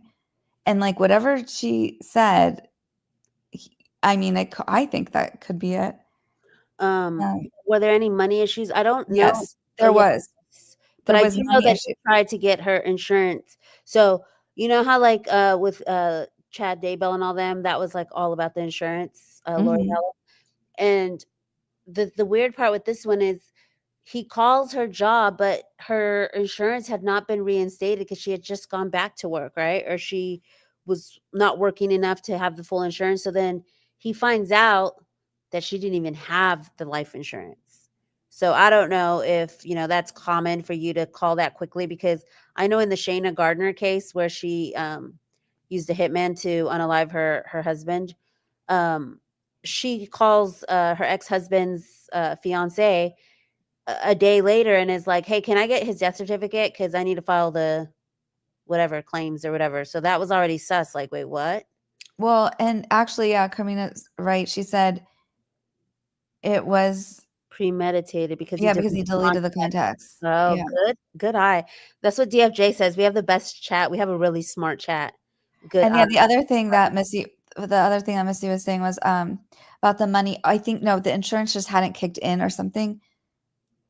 Whatever it was, like I guess like he tried to, it hadn't kicked in yet, so he wasn't able to get anything for this one. But they were having money problems because of all these like alleged things he was doing to these kids. People were not going to his like new karate school, and so that was like a big money waste. And then apparently he didn't have like, this is just allegedly in my opinion, didn't have a license to be doing the other work he was doing, which makes me question like what was he actually doing for that. So I don't know. So one of our closing thoughts was always trust your gut, Jan. Yeah. So this was a tidbit. So I had asked Jana, and there's like a few questions that I didn't think to ask her yesterday. She was so kind. We literally had like an hour talk where I was asking her questions. And I said, did you ever have a bad feeling about him? And she said the very first time she met him, before he even met the sister, he kind of like stole like gas when she was getting gasoline, like stole it from like her pump that she had paid for or whatever, something strange. And he said it was an accident. And they're like, okay, whatever. And then, and like, she just got like a really bad vibe from him. Like he was like a talker, and then, yeah, she just always kind of had that like feeling and picked up something on him. And so she was obviously right, and I'm just saying, like, I always tell people, trust your gut. And I don't know what Crystal's gut was saying, but like, I'm sure she would have trusted Jana. So this is the book that Jana wrote. Justice Denied, A Sister's Fight for Justice, the first 2 years. So if you guys are like me and you guys like to read like true crime stuff, I'm gonna link it. I don't think it was in the links you gave me. It but is in the link tree. Okay, it is. Okay. And It's there's in- also audio version. But yeah, think about supporting Jana with this, and even just to get more info on the case, because who better to get it from her, because she's the one that was going to all these people, and you can see it as she goes, just like in the timeline. It's like, this was day 1, this was day 2, this is day 3, this is how it happened, this is who I went and talked to. So I'm sure it's an interesting book. I'm gonna purchase it. If you guys want to support her, it's going to be in the link tree. It's an incredible thing that she's done for her sister. And, they always say the Mr. Rogers look for the heroes in the stories. And this is such a dreadful, dreadful story. But I think the 2 heroes that deserve a shout out as we end it is, Crystal's brother and sister, who, wanted to ask the questions, did not back down, because look, they're still here. They got the story to us. Can I say something else? And I can't even believe there's so much to this case. I can't believe I didn't even mention this part. She actually got a law passed for her sister, in honor of her sister, because her remains, when she was cremated, not even the coroner, the pathologist gave it to Tony, and then they wanted some of her remains, and he literally just shipped it like in a box. It's from Louisiana to New York, like in the winter, and it like sat in the snow. I mean, just like such disrespect for the remains. And it actually reminded me of the Leilani Simon case, because remember when they actually found his remains, and the officer was saying like how they could have FedExed them, but like it felt so like she personally carried them on the plane to make sure they got to the right destination. And I just feel like the amount of disrespect that this man had for like his wife, it was still his wife at the time. Just and everyone in this process. So they passed this law where you can't just randomly ship human remains in USPS anymore. And that was because of her sister. And I think and she went all the way to the White House to do it. So I thought it was pretty special. Carm, no, that was just me. I had it on speaker mode, so it was a little bit smaller. So what I did is I put it on full screen mode, cinema. So it did get a little bit bigger for y'all. I think that Jana should run for office for something in her town, and she could totally change that town. Yeah, so we're gonna keep on this story. This was, a very delicate story, and I hope we did it justice. Obviously, we had a little bit of hiccups, but we had a ton of great ideas from the chat. I love it when the chat, contributes and is active, and we start to brainstorm. And something that you guys all wanted to see come to fruition was maybe doing like a small part series. I know my mod Christina texted me and said we could do like a vertical series, which is short form, up and down, which is for like phones and YouTube shorts and TikTok. So it's easier to consume. So maybe we can do that.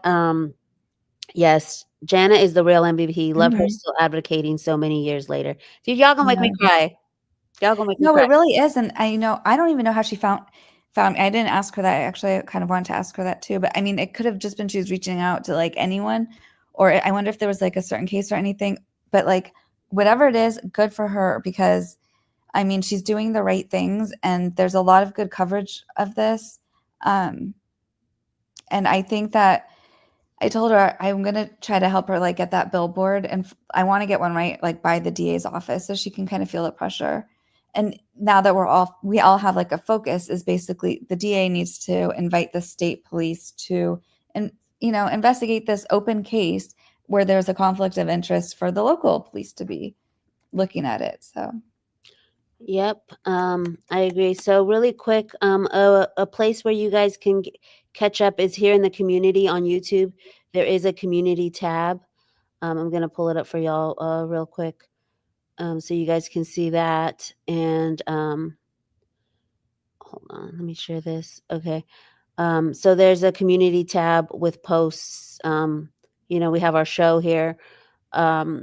You can go onto my channel, and then you can go under community. Obviously, I'm on my own page, but you can go under community, and it'll show you all these posts. So this is where we will be updating. This is where I'm going to put the sample letter and all that stuff. And then if you follow me on X, I have a community crime chatter. So that'll also be where you can get updates on X. And if you haven't subscribed or joined, you guys head over there and subscribe to that, as well as subscribe to the YouTube channel so you can, keep up to date on the letter writing campaign. What do you think about Carmina's comment? Let me see. I'm not. Do you think the state police would do any better? Would you agree it has to go higher?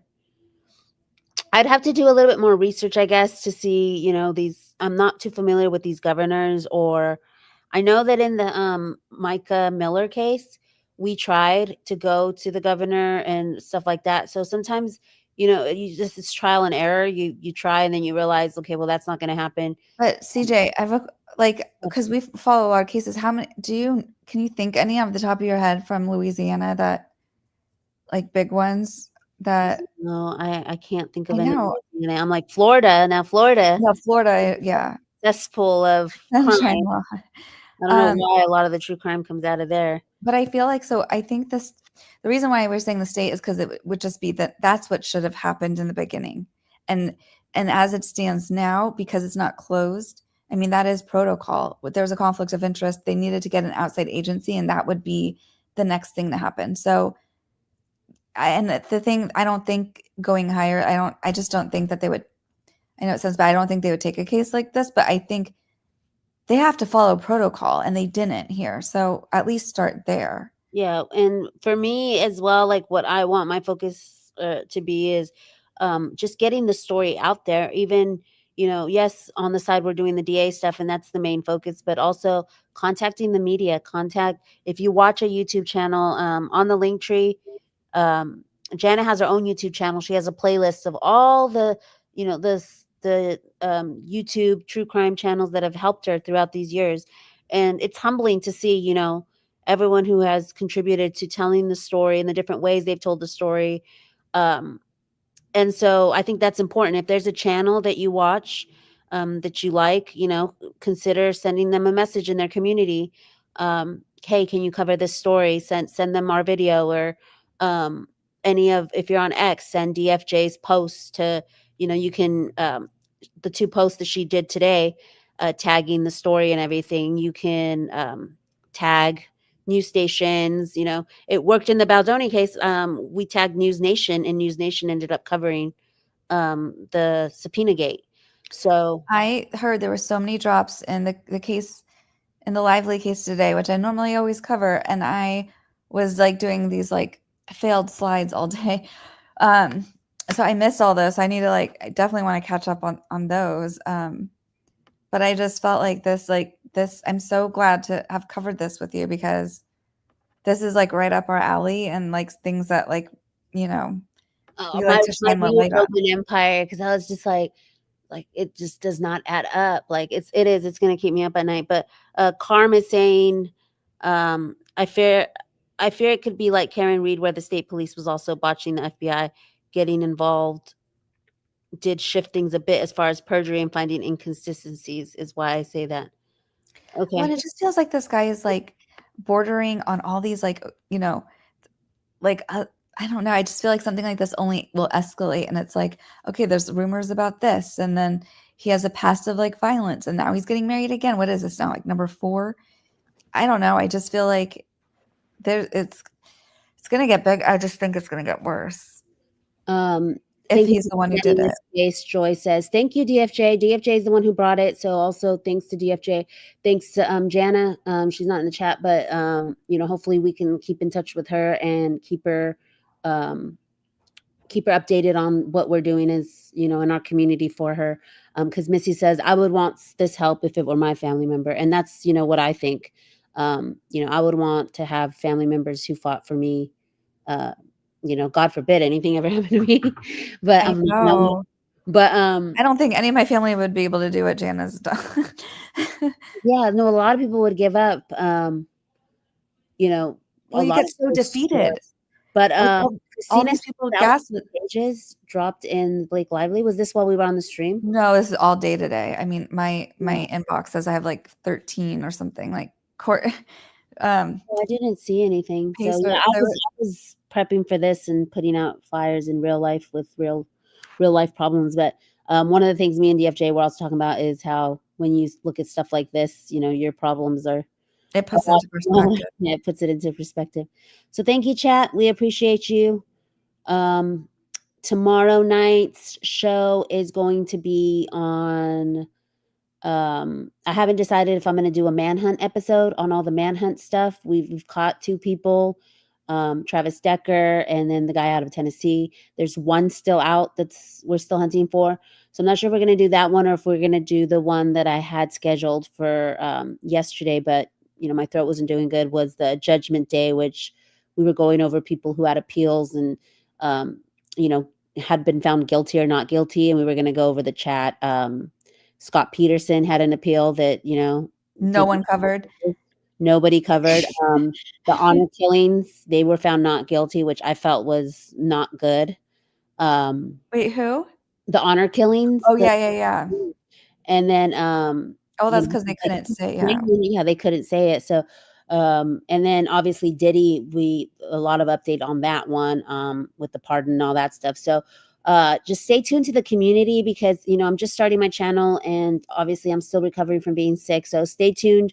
It's normally at 8 Eastern, but if there's any time changes or anything, you'll see that in the community on YouTube. And then join us tomorrow morning for Objection Celebrity Crime Chatter, where we're going to be doing a recap of random celebrity court cases and also covering anything that dropped with Lively today. What about your other case, the Rebel one? The Rebel case is going to be a vertical series because it is way too much information. And it's kind of like this one. It needs to be, otherwise you'll end up with a fever like me. No, I'm just kidding. I stayed up 4 straight days just consuming it all. Wait, so you're not going to do it on lives at all? I'm not going to binge it on a live. I don't think so. Cause it's like Charlie Day with The Wall. It's so complicated. Like it's got it's in 3 different jurisdictions. There's like 12 different people. It's kind of like the Blake Lively case. Like I'd rather introduce the case like with, who's this, who's that through a vertical series first. And then, maybe do like a Friday Night Live where we go over it. But originally, remember, I was like, we need like a good sit down with this, but it's just so much. I mean, it goes back to, it's a lot. Like you go into conspiracy theory, tinfoil town for a second there. She's alleging that the producer is like on some Epstein stuff. It goes down the Epstein rabbit hole. So What? yes, I know. And guess what I found out, DFJ, is that I don't know Bird Law, Jen. I don't know who that is. Brian Friedman is representing Rebel. No. Yes, it's going to be Rebel versus Camille Vasquez. So it's a super exciting Wait, case. but who's Vasquez representing? The producers that are suing her for defamation. So yeah, it's like there's 3 different lawsuits, 3 different jurisdictions, like 6 different people involved. That's in LA? Yeah, there's 1 in California, 2 in Australia. And then there's the producers, the 3 producers who are obviously suing for defamation. There's the production company that's suing. And then there's the writer and the person who did the music that's involved. And then you have, on the producer side, you have contacts that they had contacts with. So that's 2 more people. And then the actress who was in the musical. So it gets super duper complicated. Like I'm still trying to sort it into, I have little folders where it's like, okay, this is this person, this is this person. So that's why I want to do a short vertical series, introducing all the characters, introducing the 3 different lawsuits, because it gets super windy. And there's even a website kind of like Stephanie Jones Lies. There's one for the producer that somebody made. So it's going to be really interesting. Yeah, it's going to be really interesting to see Friedman on the other side, because Rebel sounds a lot like Blake. We need a web. I know I thought about making a web like that, but I'm like, it just can't be consumed like that. It has to be like sipped. It's got to be slowly sipped. So you can take it in and like actually know what's going on, because I'm telling you, I try to consume it all and then I ended up sick from no sleep. No.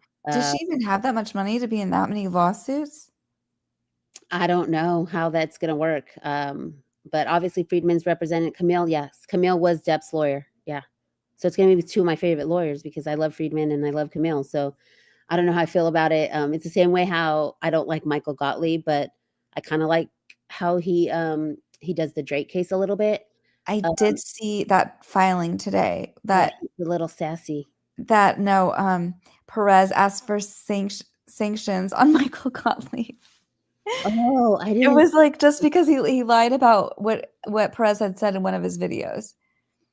It was like a 1-page thing, and I was like, I didn't have time. I have all of that. Like, I had so many tabs open my computer, so I didn't have enough memory, so I had to like close everything. Mom and Dad are going to be fighting, yeah. So I appreciate y'all. This is what I always do. I just need to click it and stream, because I'll be like, good night, y'all. Goodbye. Thanks for hanging out. It was 2 hours, almost 2.5 hours. You guys were great. I enjoyed the chat. DFJ, thank you, and we will see you guys tomorrow night. We'll keep you updated. Stay tuned. It's not over. Let me add this to stage. Justice for Crystal.